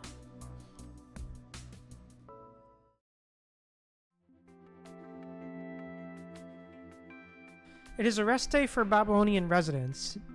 The students have no classes. Children from the youth center gather in the hall, running past constructs with familiar ease. Some even stopping to say hello. A human and a construct sit together on a bench in the hall, basking in the clear sunlight streaming down from the artificial sky. Aww. Constructs were almost never seen here before, but now they're a common sight. Great Raven occasionally takes on requests from the youth center as well. That's good. When Shorthalt first came to the youth center, even I was wary of him. Shorthalt. I've handed over all of Shorthalt's belongings found in the research facility to Valeria. The mention of Shorthalt brings to mind a conversation with Valeria, the captain of Scarab, back when you were still on the ground. Damn. Everyone is still busy at the temporary shelter, but when Scarab's communications comms come through, you answer it immediately. Valeria? Oh, damn. Alright. The projection flickers violently, barely showing the woman's black hair. Valeria must be on a mission. Oh, shit. So this is the... Oh, shit. Oh, shit. Okay. Realizing the call is connected, the projection stabilizes for just a moment before a tall, commanding figure appears before everyone. Okay. Valeria cuts straight to the question without looking into the human's surroundings. Oh shit, I've heard you had news about Shorthalt. Oh shit, okay. Damn, this is the first time we've actually seen her design. Okay. Damn, okay. Well, damn, alright. Okay. Okay then, jeez. Well, okay then. Well, damn. Yeah, this is like, I'm pretty sure this is the first time we've actually seen her design. Her actual, like, in portrait design. Her portrait design, pretty sure. Yeah, this is her first time we've actually seen her portrait and her design.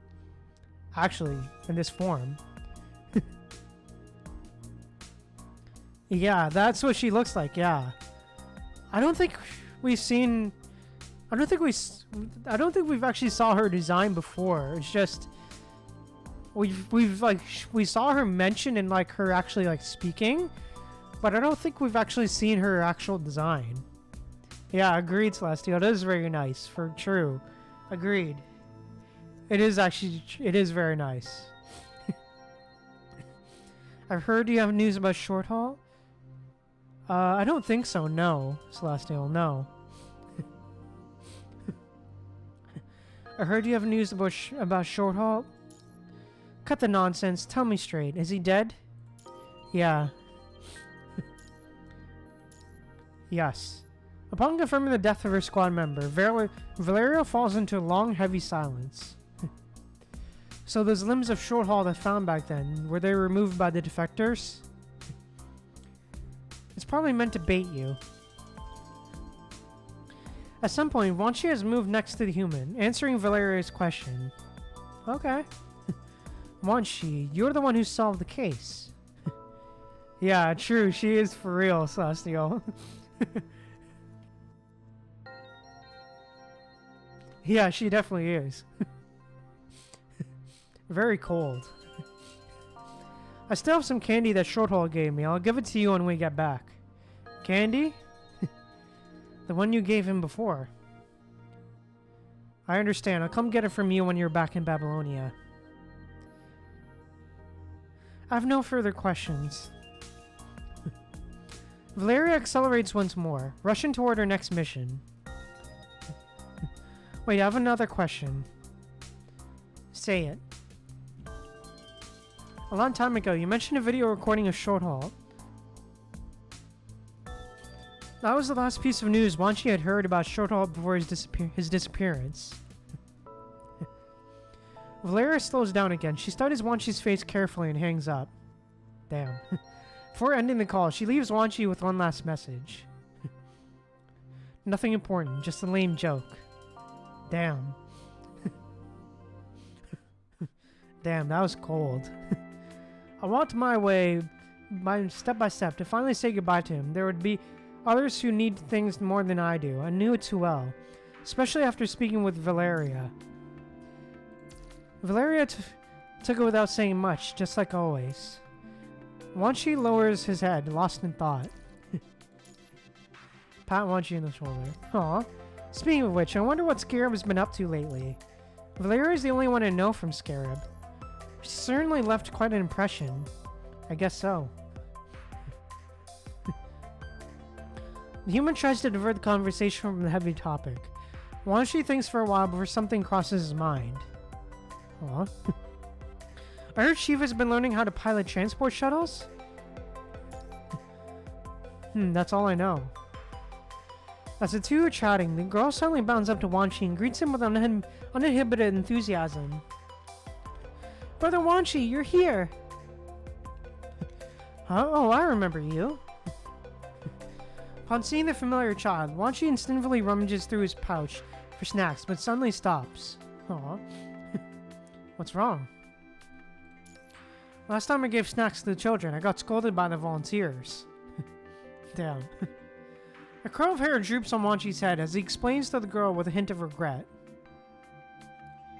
There are a lot of visitation procedures now, but next time I'll ask your teacher to bring you some snacks. You can share them with the other kids. Wanshi! You and Wanshi turn around together to see a wide-eyed female volunteer shouting while pointing at Wanshi's hand, which is still buried in his pouch. Wanshi, she just lost decayed baby tooth. Stop giving her sweets. Who's that? I feel like I've seen her before. Oh, Natalie pulls out 2 sets of casual clothes with volunteer badges from the shelf and tosses them over. Oh, Natalie! We grew up together at the youth center. You might have seen her at the Star of Life. She's a doctor there. Ah, right. A few years ago, a volunteer doctor, Natalie, survived? Yeah, it's Natalie again. For real, Celestial. A few years ago, a volunteer doctor Natalie survived the frontline warfare. After returning to Babylonia, she underwent additional training and became a doctor in the construct maintenance department. Occasionally, during maintenance sessions, Strikehawk members would say hello to her. Aww. She's already so busy with work. I wonder where she finds the time to volunteer. Ouch! Natalie gives Wanshi a hearty pat on the back, sending him stumbling forward a few steps. Don't act like you've got time to spare. You're here just as often. Get going. Maka's still waiting for you. While walking away, Natalie throws a quick question to the grave-raving commandant. Did you come with Wanshi to visit Maka? Do you have an appointment? I wanted to check on Cosette. She was brought in by Liv earlier.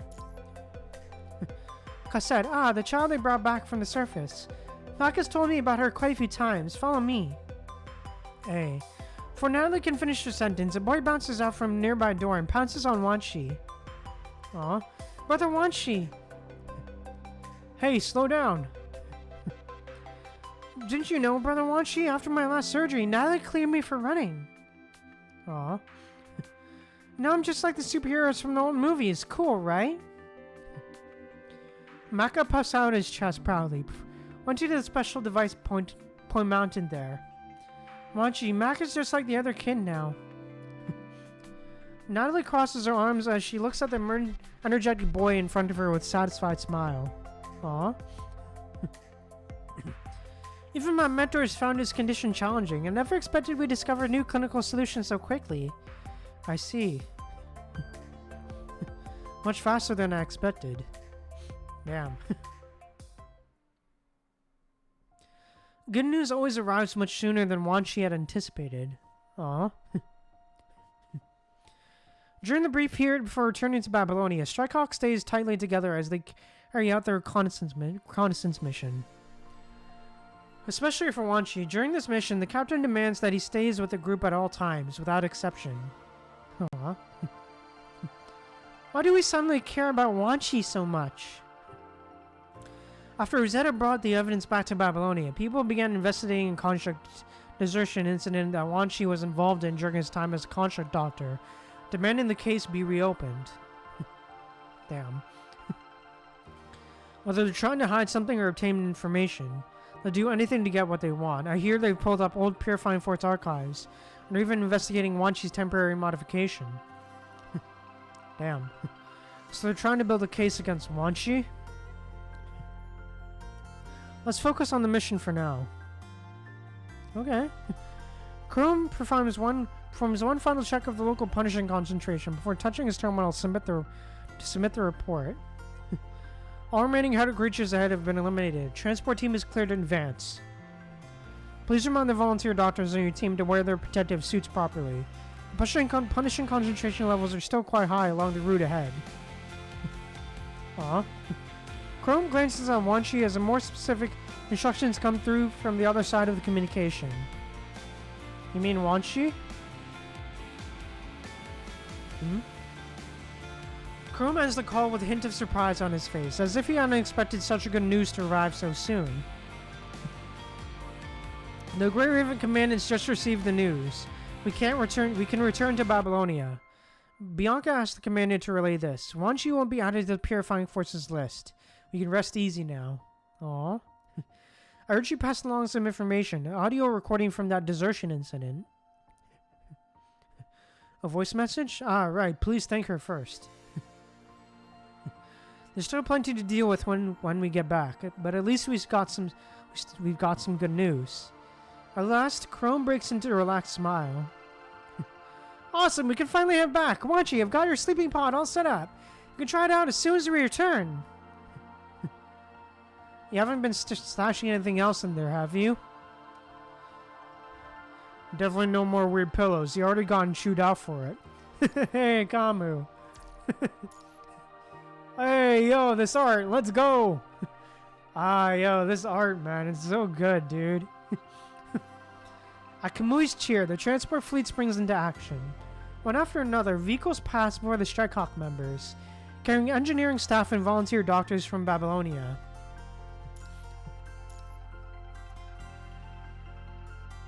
Yeah, agreed. I love the art as well, Celestial. Hey. This art is just great. And look, the Edgelord.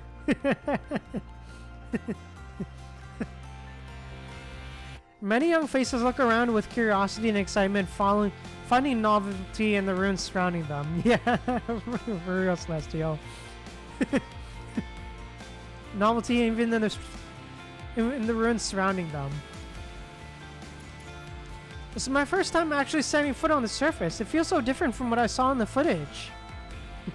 Damn. Yeah, agreed. I love the upbeat music as well, Celestial. More people have come to the surface. Instead, the volunteer doctors were the quickest to respond in Babylonia this time, much faster than any previous mobilization. The security measures for volunteer doctors have been greatly enhanced. With support force members now leading volunteer teams, the casualty rate has been greatly reduced.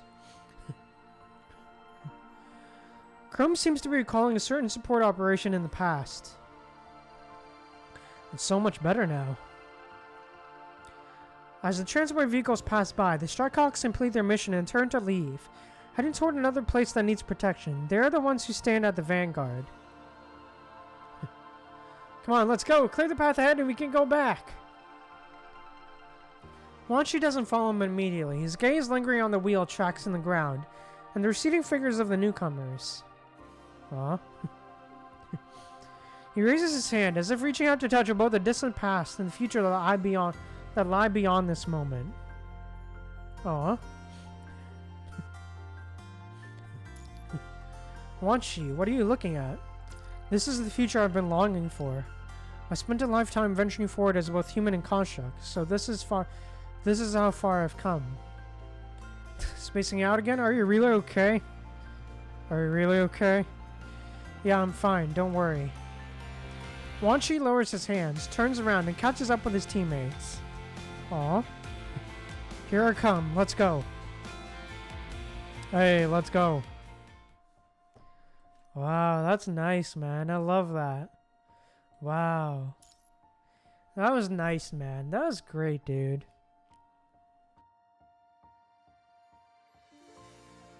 Yeah, agreed, Celestial. It is really good. It's so good. For real. It is really good. For real, Celestial. Agreed. Agreed.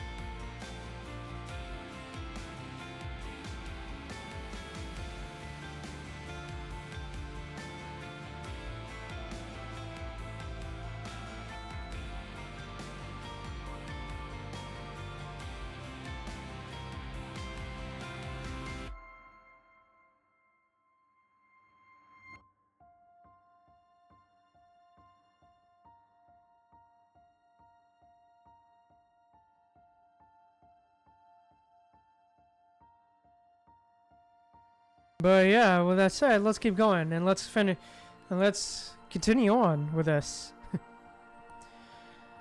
25EX, short halt birthday. Alright.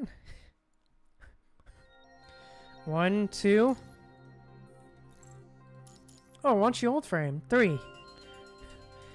The bullet leaves the chamber and finds its mark, precisely striking the corrupted while wandering through the ruins.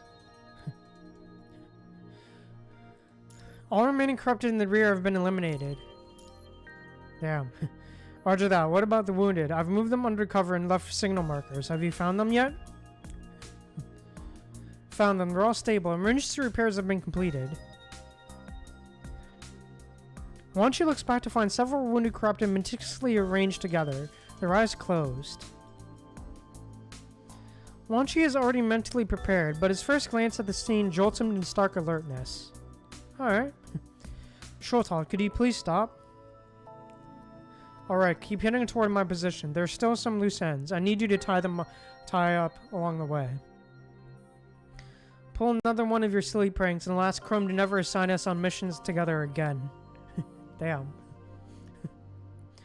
Well, think you're hot stuff just because you've gotten captain. We even have a commandant in Scarab.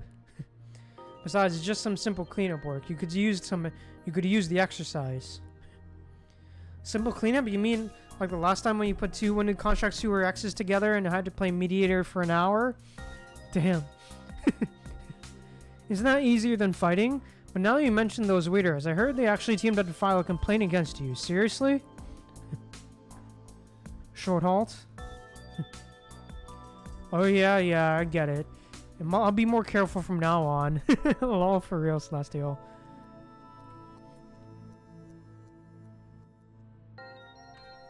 This is the last time, I promise. I left some unfinished business at the previous location.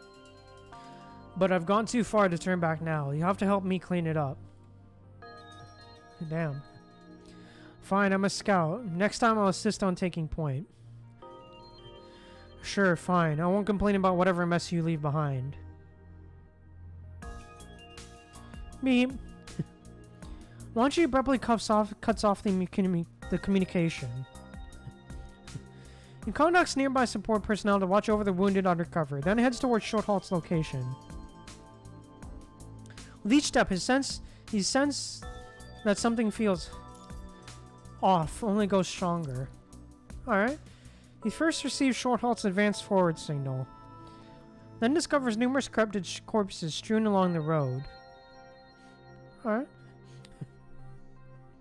An unnatural silence hangs in the air. When he tries to contact Short Halt again, there's no response. Alright. He has not seen anyone along the way until he reaches the exact coordinates that Short Halt is supposed to be. Damn.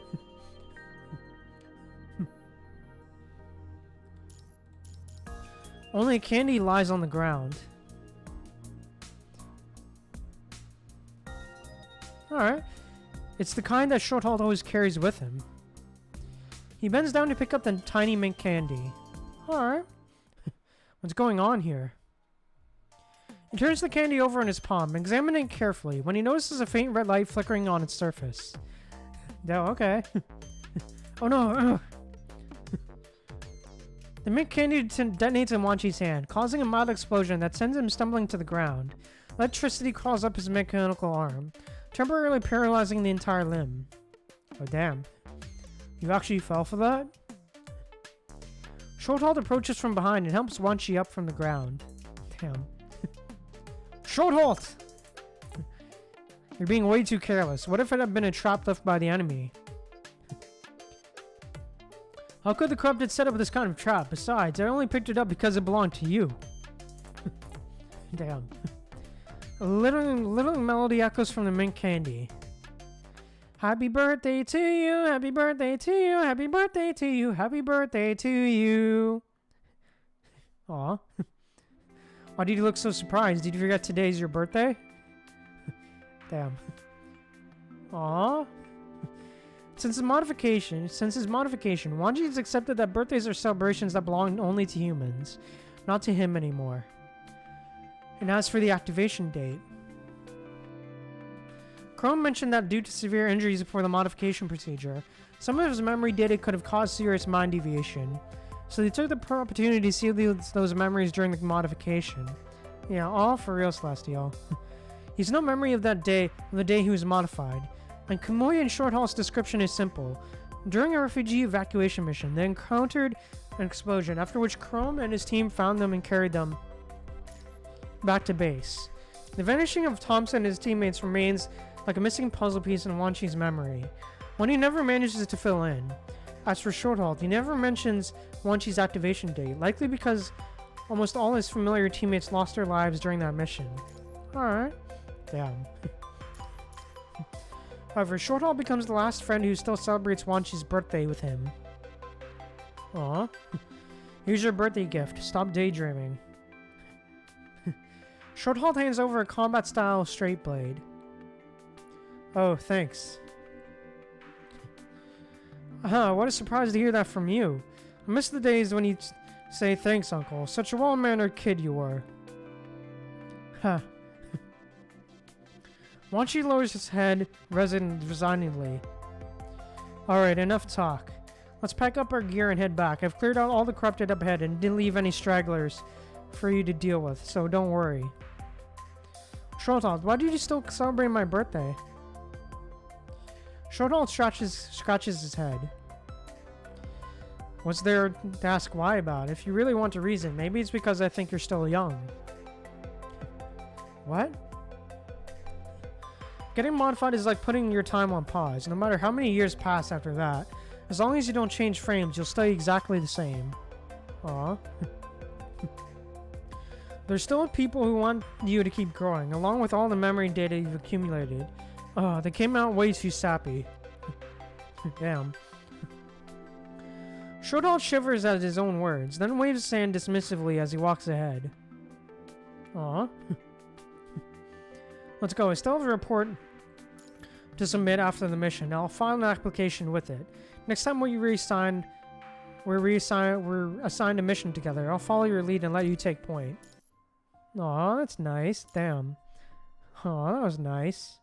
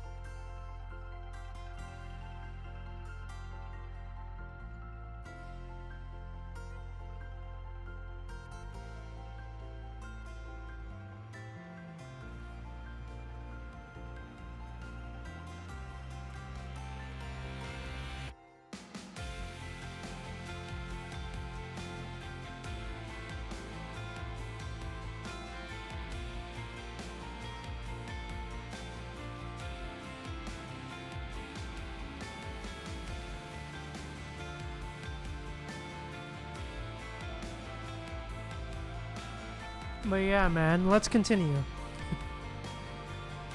This trip, alright.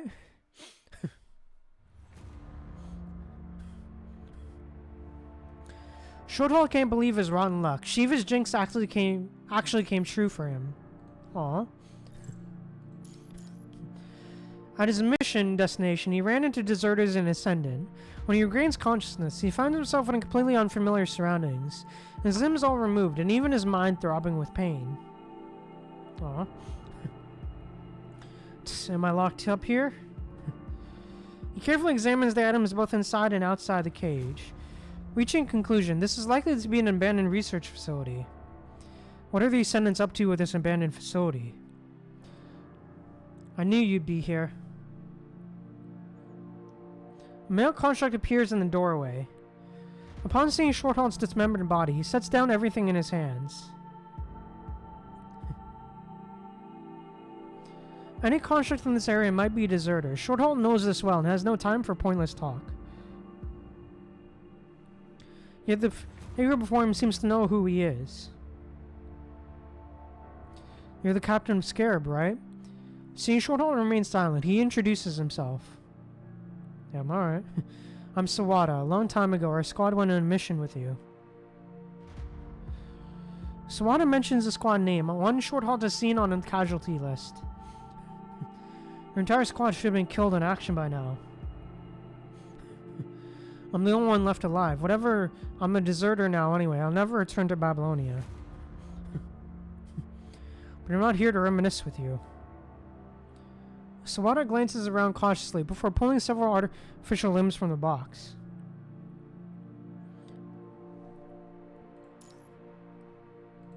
Take a look and see if there's anything you can use.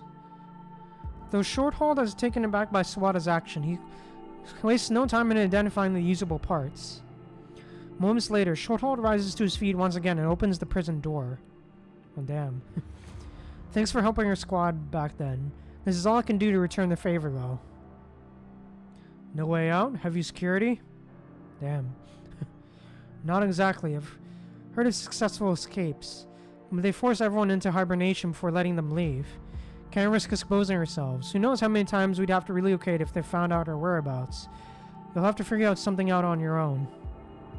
You didn't choose to leave either. Truth is, I'm sick of this place, but I've got nowhere else to go. If Babylonia finds me, the purifying force will eliminate me for sure. Damn. What is this place? An old research facility. The building has multiple floors. The Ascendants are located at the bottom level. They've been testing the mind stability of constructs lately. Those who meet the standards are taken away. None of those who were taken came back. I don't know what they did to them. Just as they speak, the device on Sawada's body flashes briefly. Someone's coming. Get out of here. I'll hold them off.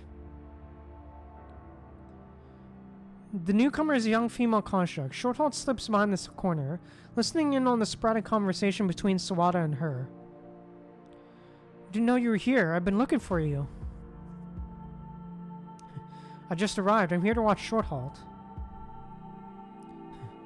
What's there to look at? He caused a huge mess at the last place and almost exposed everyone's location. Had to remove his limbs for him to settle down.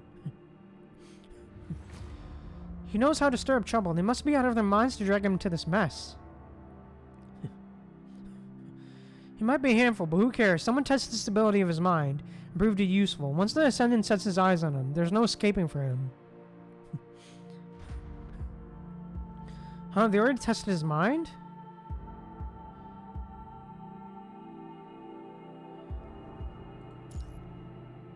Catching the warning in Sawada's words, Shorthalt checks his equipment before making a swift exit.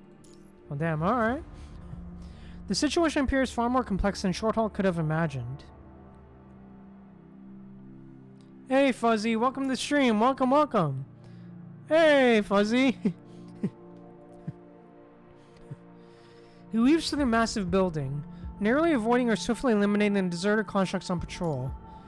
The number of enemies he has taken down has reached a disturbing count. It's pretty good. It was pretty good so far. It's pretty good, Fuzzy. It's been pretty good. We're just about to finish, actually. This is actually the last node, actually. Yeah, we're nearing the end, actually. Yeah, Celestial. We are nearing the end. The number of enemies he has taken down has reached a disturbing count. So many that he wonders if he even cares about these deserters' lives. He's been on the move for so long, yet not a single person seems to notice his escape and sneak attacks. Yeah, hype for real, Fuzzy. He's lost track on how long he's been circling on the first floor. He could see nothing but identical pipes and corridors. At last, he admits the eeriness of this place and decides to explore the opposite in the opposite direction of the escape route. He heads down to the first basement level. Alright. What is all this stuff? The moment Shorthalt steps into the basement level, he can't help but let out a gasp. The basement floor is even more unsettling than above. It resembles an orphanage more than a research facility. Damn. That's eerie. He checks every door along the corridor, only to get more confused with each door opened. Beyond the empty rooms, he finds scattered paintbrushes and dolls. Alright. A class schedule is posted on the corridor wall, sending chills down his spine. The paper is yellowed and grown brittle with age, yet the many names written on it remain chillingly legible. Each name is followed by a series of ticks and crosses. He notices that the crossed out names all end with 3 crosses. Yeah, it is very eerie, Celestial. True.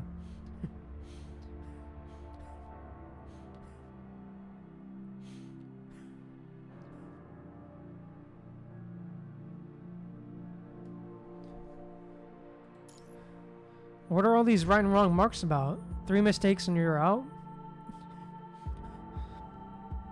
S0143, S0145. He frowns as he reads through the crossed out serial numbers, unable to make sense of this mysterious chart. Just as he's about to look away from the class schedule, he hears a soft shh from behind. Oh? Shh, something strange about him. We need to get out of here. A child?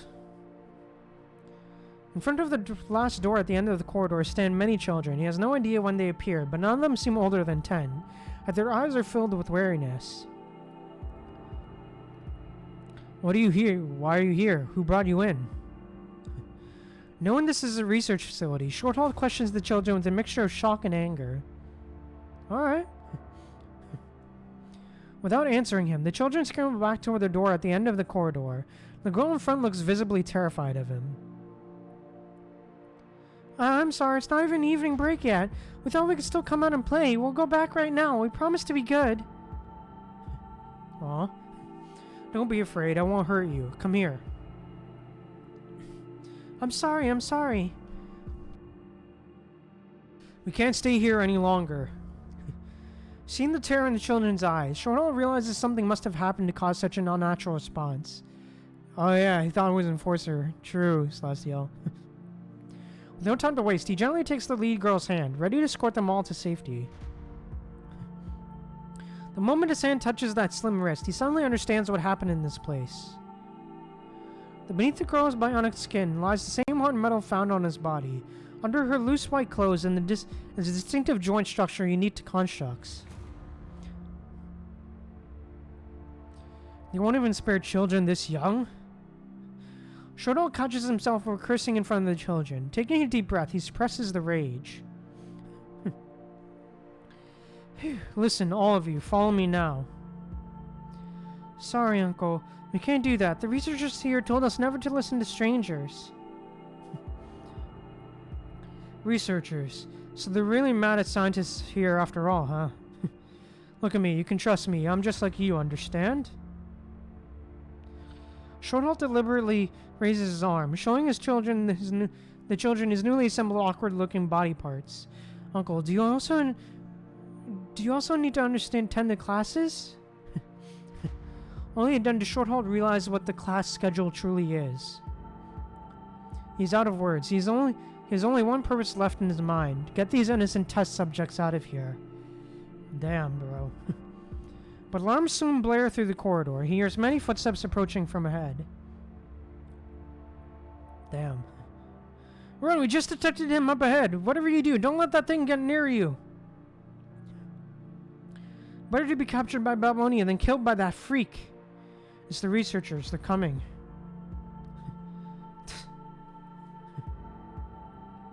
Counting the footsteps, Shorthalt gauges the number of enemies ahead. A brutal fight seems inevitable. We'll be spotted if we move forward. Do you know any other way out? I don't know. The cultivation area is right behind us. It's bedtime, Uncle. Let's go back.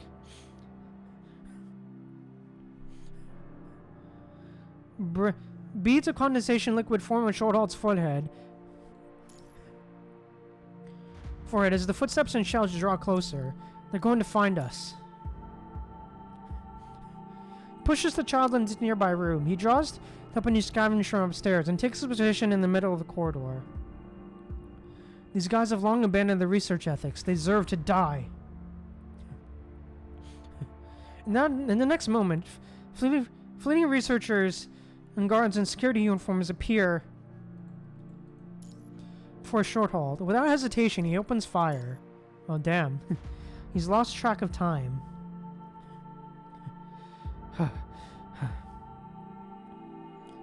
He tosses aside another broken dagger, scavenging new weapons from the bodies of researchers and security guards. Alright. How strange. Every researcher here knows how to fight. When will this ever end? His mind gradually descends into chaos. Perhaps he has already stayed in the building for too long. He seems to be in the process of forgetting. He can't even remember what is on the floor above anymore. He suspects he's experiencing symptoms of mind deviation. If only Valeria were here, or wanshi. Anyone could make my life easier. He lost count of how many enemies are in the research facility. No matter how many he takes down, the endless stream of white-coated personnel keeps rushing in, but he has no supplies, no connection to the commandant, and his internal circulation system is on the verge of collapse. Oh, damn. He directs the children to take shelter behind the door at the corridor's end. The children say it's the cultivation area where the adults raise them. It should be safe for now. Yeah, wow, for real, Celestial. No new enemies are rushing in for now, and he needs to take his chance to catch his breath. Notably, he hears everyone screaming in terror about a monster, supposedly a failed test subject that hatched from some strange egg. Along the way, he comes across numerous bodies that were not killed by him. Their bodies bear massive, gruesome wounds, as if torn apart by some large creature. Damn. Seems they had quite a variety of research projects going on here. Destroyed by the very monsters they created with their own hands? With a sardonic smile, Shorthalt straightens up and checks his remaining equipment. The brief moment of peace lowers his guard. He fails to notice the enemy approaching from behind. Shorthalt? Oh shit. The mind deviation has not slowed Shorthalt's reflexes. He spins around, thrusting his weapon into the enemy's chest cavity, launching it between the ribs before withdrawing it and moving a deep cut across the carotid artery.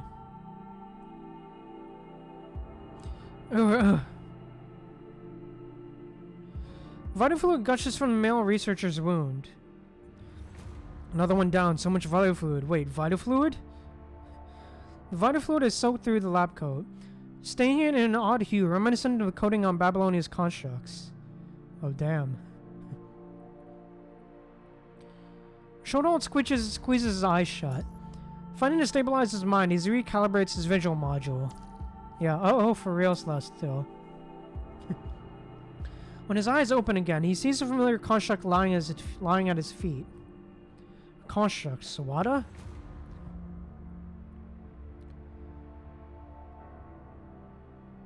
He looks at the construct strewn across the ground, recognizing some familiar faces from the deserter list. Damn. Ascendant, Stronghold, Deserters. An inhuman guttural sound emanates from his voice module, as everything before his eyes begin to warp, spin and melt together, like patterns in a kaleidoscope or oil spreading across the water. He seems to have realized something. He crawls through the long abandoned corridor, searching until he finds the stairs. Upon returning to the upper floor, he discovers shattered incubation tanks and more remains of deserter constructs, all bearing wounds he personally inflicted. Oh, damn. Chaotic sounds echo through his mind, shrieking like headless creatures. Whether he tries to identify these voices, he loses control of the body. I heard about it. The first egg hatched into a scorpion. They're preparing a second one, and...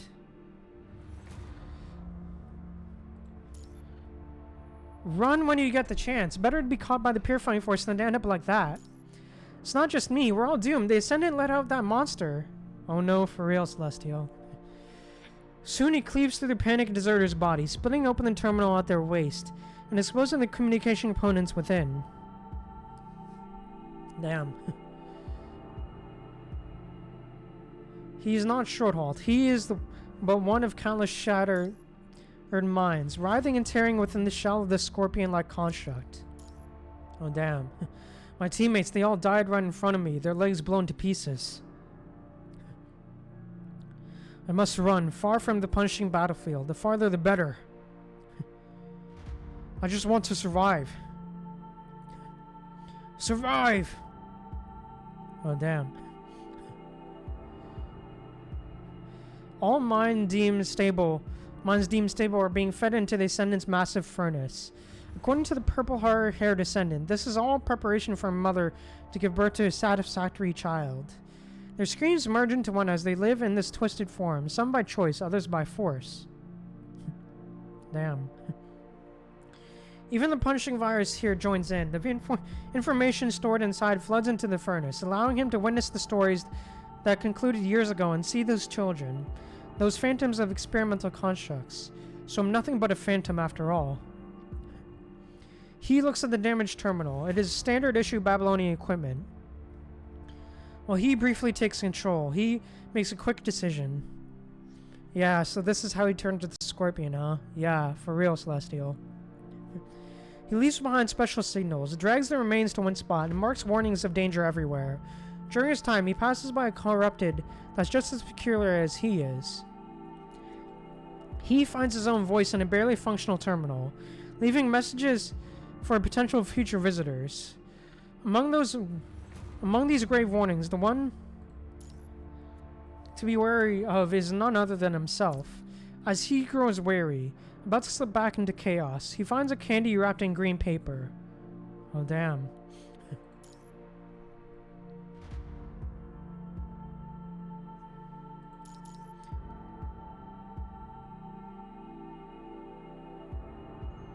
Finally, at the cultivation area's back door, the path leading to his ending, he gently places down the candy.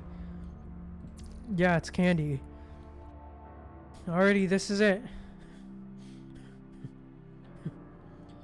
In his delusion, Shorthold, having regained some stamina, returns to the cultivation area where the children he is sworn to protect await. Alright. The children, seeing the reassuring construct approach, instinctively gather around him. Together, they silently wait for a future that will never come. Shorthold spreads his arms wide, welcoming the children. The kaleidoscope-like world opens up in front of him again. Oh, damn. So that's how it ended, huh? Wow. Damn, so that's how he met his end, huh? Wow, rest in peace, man. Wow, dude. Just damn. That's hard, man. Wow. That's a little sad, man. Wow. Yeah, I agree, Celestial. What a way to end it for real. What a way to end it. For real. Agreed. It is very rough. Agreed. It is very rough, for real. But yeah, at least he was able to meet his end. At least die. But at least in the end, he was able to get release by Wanshi's hand. Understood. Let's go. Copy that. But yeah, at least he was able to... Toys, books, everything's a mess. The Babylonia construct remains. What happened here? Stay alert. There's still quite a bit of punishing virus. The Ascendant use this place as their base, after all. Yeah, agreed. It is a bit of bittersweet, true. Agreed, Celestial. It is a bit bittersweet. No. But yeah. It's not just the Ascendant. But yeah, overall, man, at least Wanshi was able to put it to rest. And was able to move, and was able to regain his memories as well. At least Wanshi was able to regain his memories and is able to move forward as well. But yeah, overall, man, just great chapter, man. I loved it. It's really good, man. I love the music. I love the art within it. And just, yeah. And just, I loved Wanshi's story, man. Just great stuff. Yeah, agreed, Celestial. Agreed. He did go through hell, true. But yeah. Overall, man, just great stuff. But yeah. Yeah.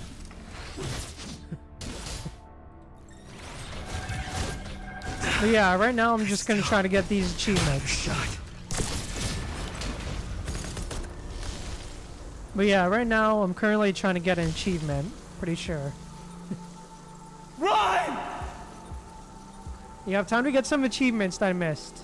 How is it possible for the punishing virus to be inside here? They say that lab got wrecked. All the punishing viruses leaked out.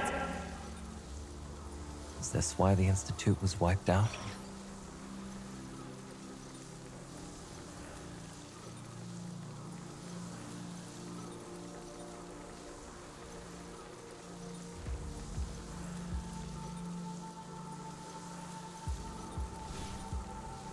This is my choice. Seeing the bigger picture now?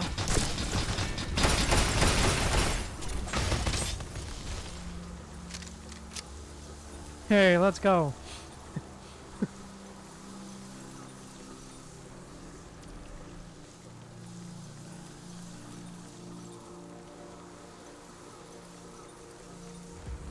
Yeah, it looks like you got the gameplay down for true. I did. I finally got the gameplay down for real, for real. Finally. Alright.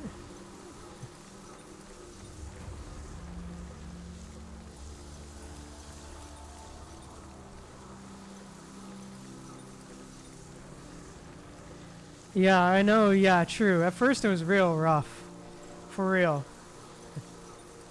Page 4.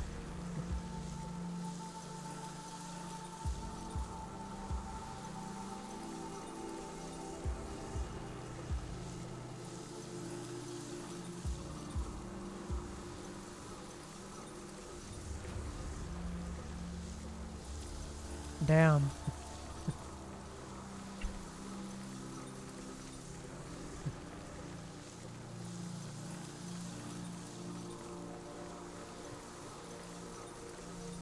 Yeah, in order to get achievement, I have to find all the suspicious items, quote unquote. Suspicious items, yeah. And interact with them. So that's why I'm currently running around trying to find everything. See if I missed anything the first time around. All the specimen tanks were shattered. Biological experiments, maybe?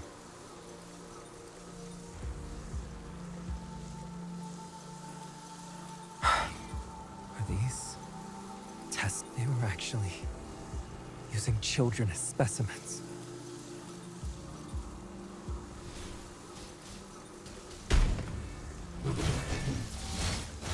There's nowhere to go. Nowhere to hide. This is my choice.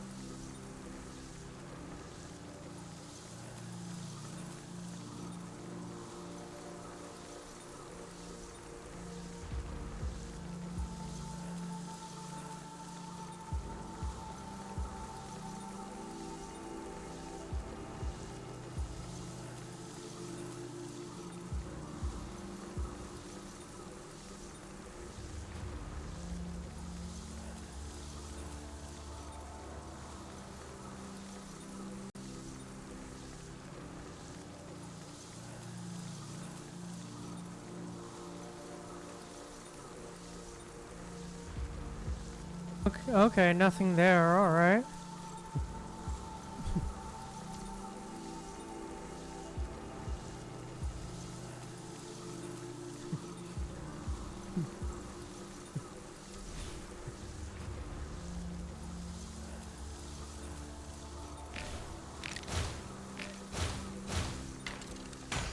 This is my seeing the bigger picture now?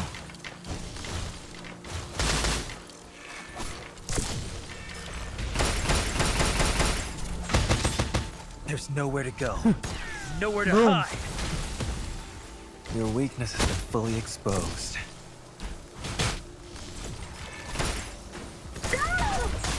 Andy! Hello? Greg? Sandy? There's nowhere to go. Nowhere to hide.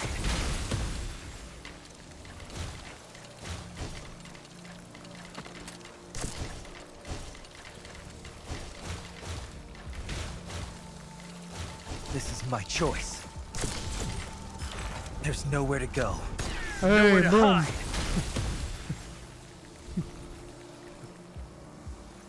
Alright, there we go. Might have found something? Alright.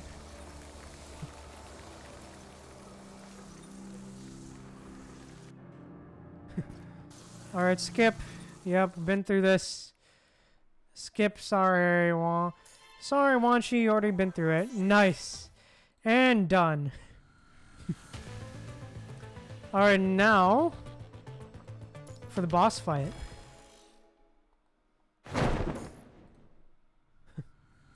Let's go.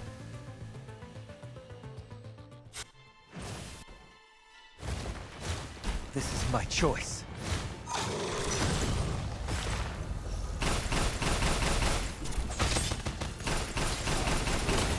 There's nowhere to go. Boom. Nowhere to hide. Seeing the bigger picture now? This is my choice.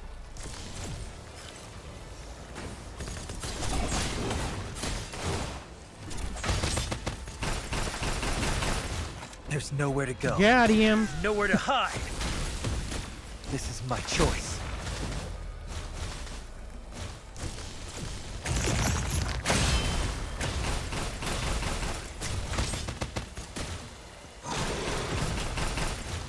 There's nowhere to go. Nowhere to hide. Boom, got him. I still have another shot. God damn, really?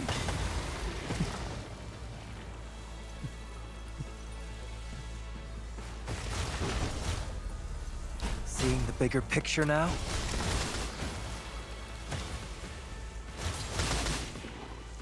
I still have another shot.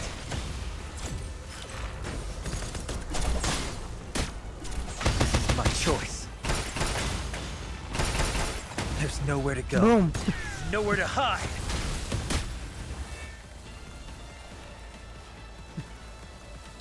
Seeing the bigger I didn't plan to lie down first this time.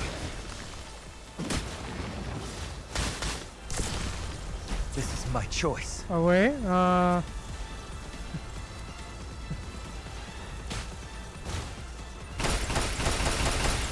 There's nowhere Boom. to go.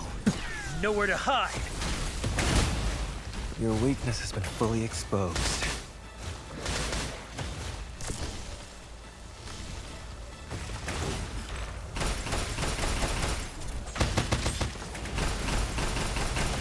There's nowhere to go. Boom. Nowhere to hide.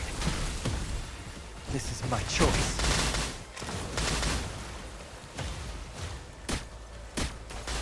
Your weakness has been full. I still have another shot.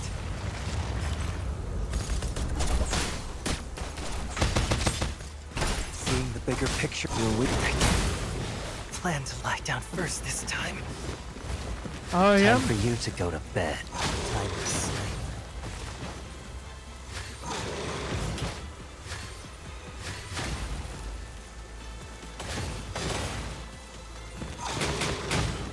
Time is... You're lucky to be able to sleep forever. Time for you to go to bed. You're lucky. One shot. One kill. Boom. With your eyes.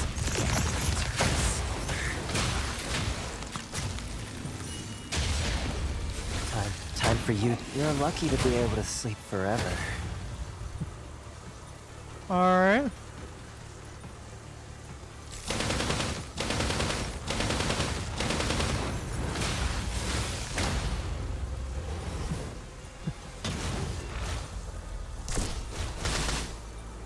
There's nowhere Boom. to go. Nowhere to hide. This is my choice.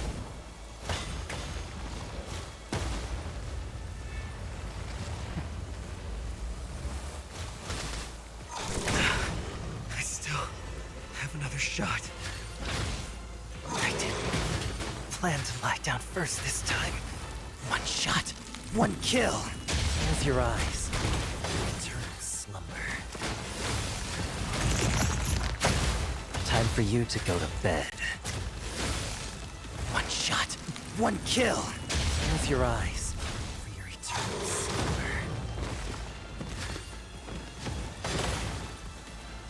You're lucky to be able to sleep forever.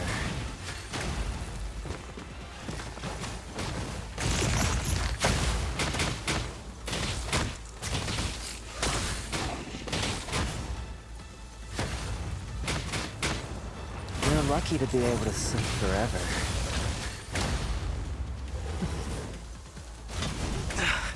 I still have another shot.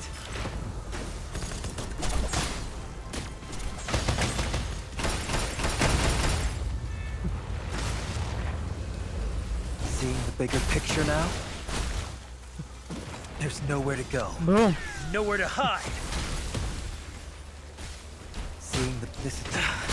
I still have another shot.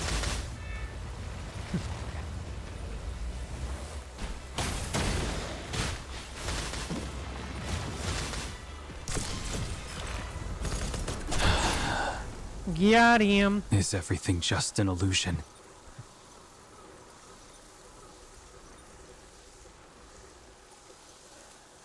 Short all want some candy? Alright. Now let's see, did I get the achievement? Yes I did! Nice! Got him! But yeah, nice, I did. Great, good. Good. But yeah, overall man, this chapter man was great. Yep, I got all of them. Yes I did. Yes I did, yay for real Celestial, yay. But yeah, overall man, this was a great chapter. Again, this was just a great chapter. I really and thoroughly enjoyed it. But yeah, overall man, yeah, I can't wait to see what's next for PGR. Yeah, I'm glad you agree, Celestial. But yeah, and also from what I understand, next patch will be pretty big and pretty important chapter. Will be from what I understand, next patch will be very big and very important chapter as well. So there's that. Yep. Should be coming around in a few weeks, like in April, I'm pretty sure. So yeah, next patch will drop then. So yeah, overall man, just great stuff. Yeah, agreed. Yeah, true, they are, Celestial. Yeah, agreed. Agreed, they are stepping up the animations for true. True that, Celestial, true. Oh yeah, before we go...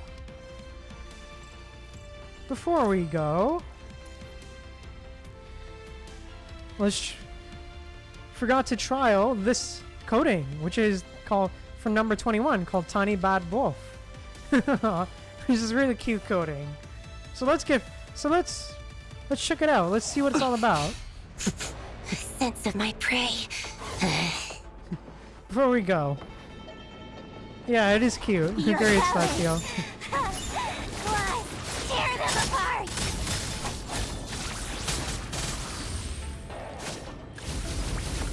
Aw, the effects. Aw, I like them. Run. Prey. Run. Aw, that's cute. Are Yeah, you agreed. Running this way. Agreed. She is very interesting. Plus, tear them apart. Yeah, agreed. Run. Agreed, Fuzzy. Prey. Run. Yeah, true. True, Celestial. Run. Prey. Run. Dude, I love the detail on Balloon, man. Plus, tear them apart. Your colors. During her ult, I man. like It's them. such a good detail. Aw. Are you your colors? I like the claws. Tear them apart.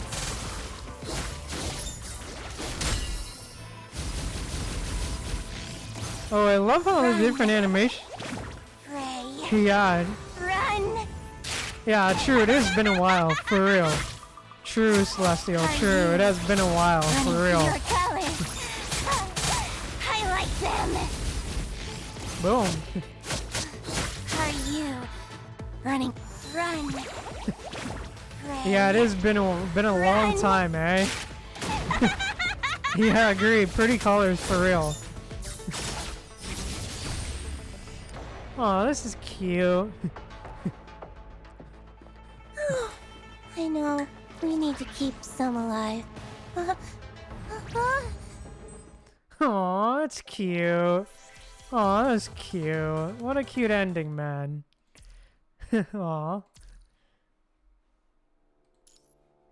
Yeah.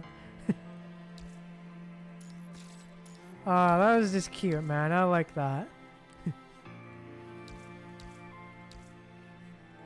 But yeah, overall, man, just great stuff, dude.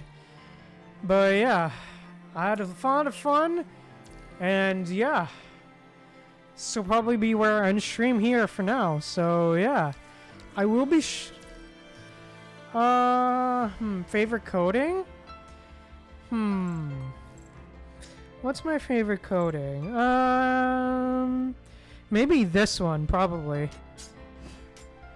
Honestly, I think this one is probably my favorite coding so far.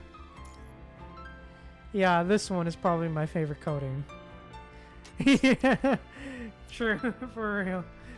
It's either this one or this one.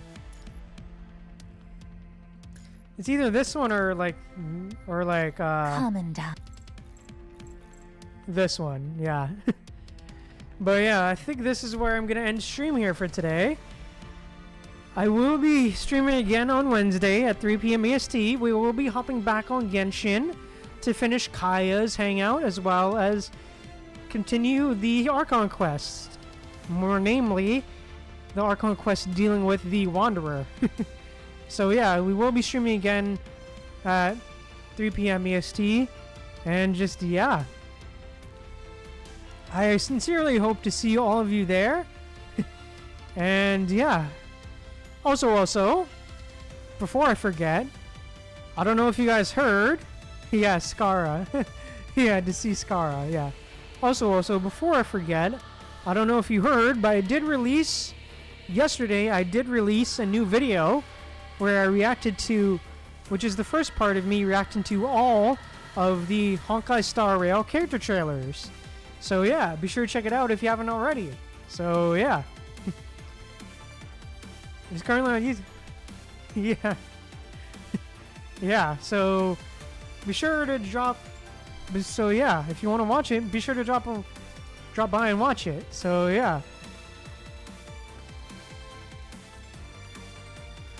But yeah, I think that all that's said and done. Thank you guys so much for watching. If you enjoyed, please drop a like on the stream. And also, if you want to see more, be sure to drop a subscribe and a follow. And also, let me know what you thought of the stream down in the comments down below. Thank you guys again so much for watching. Remember to stay humble, be kind to people. I'll see you guys later.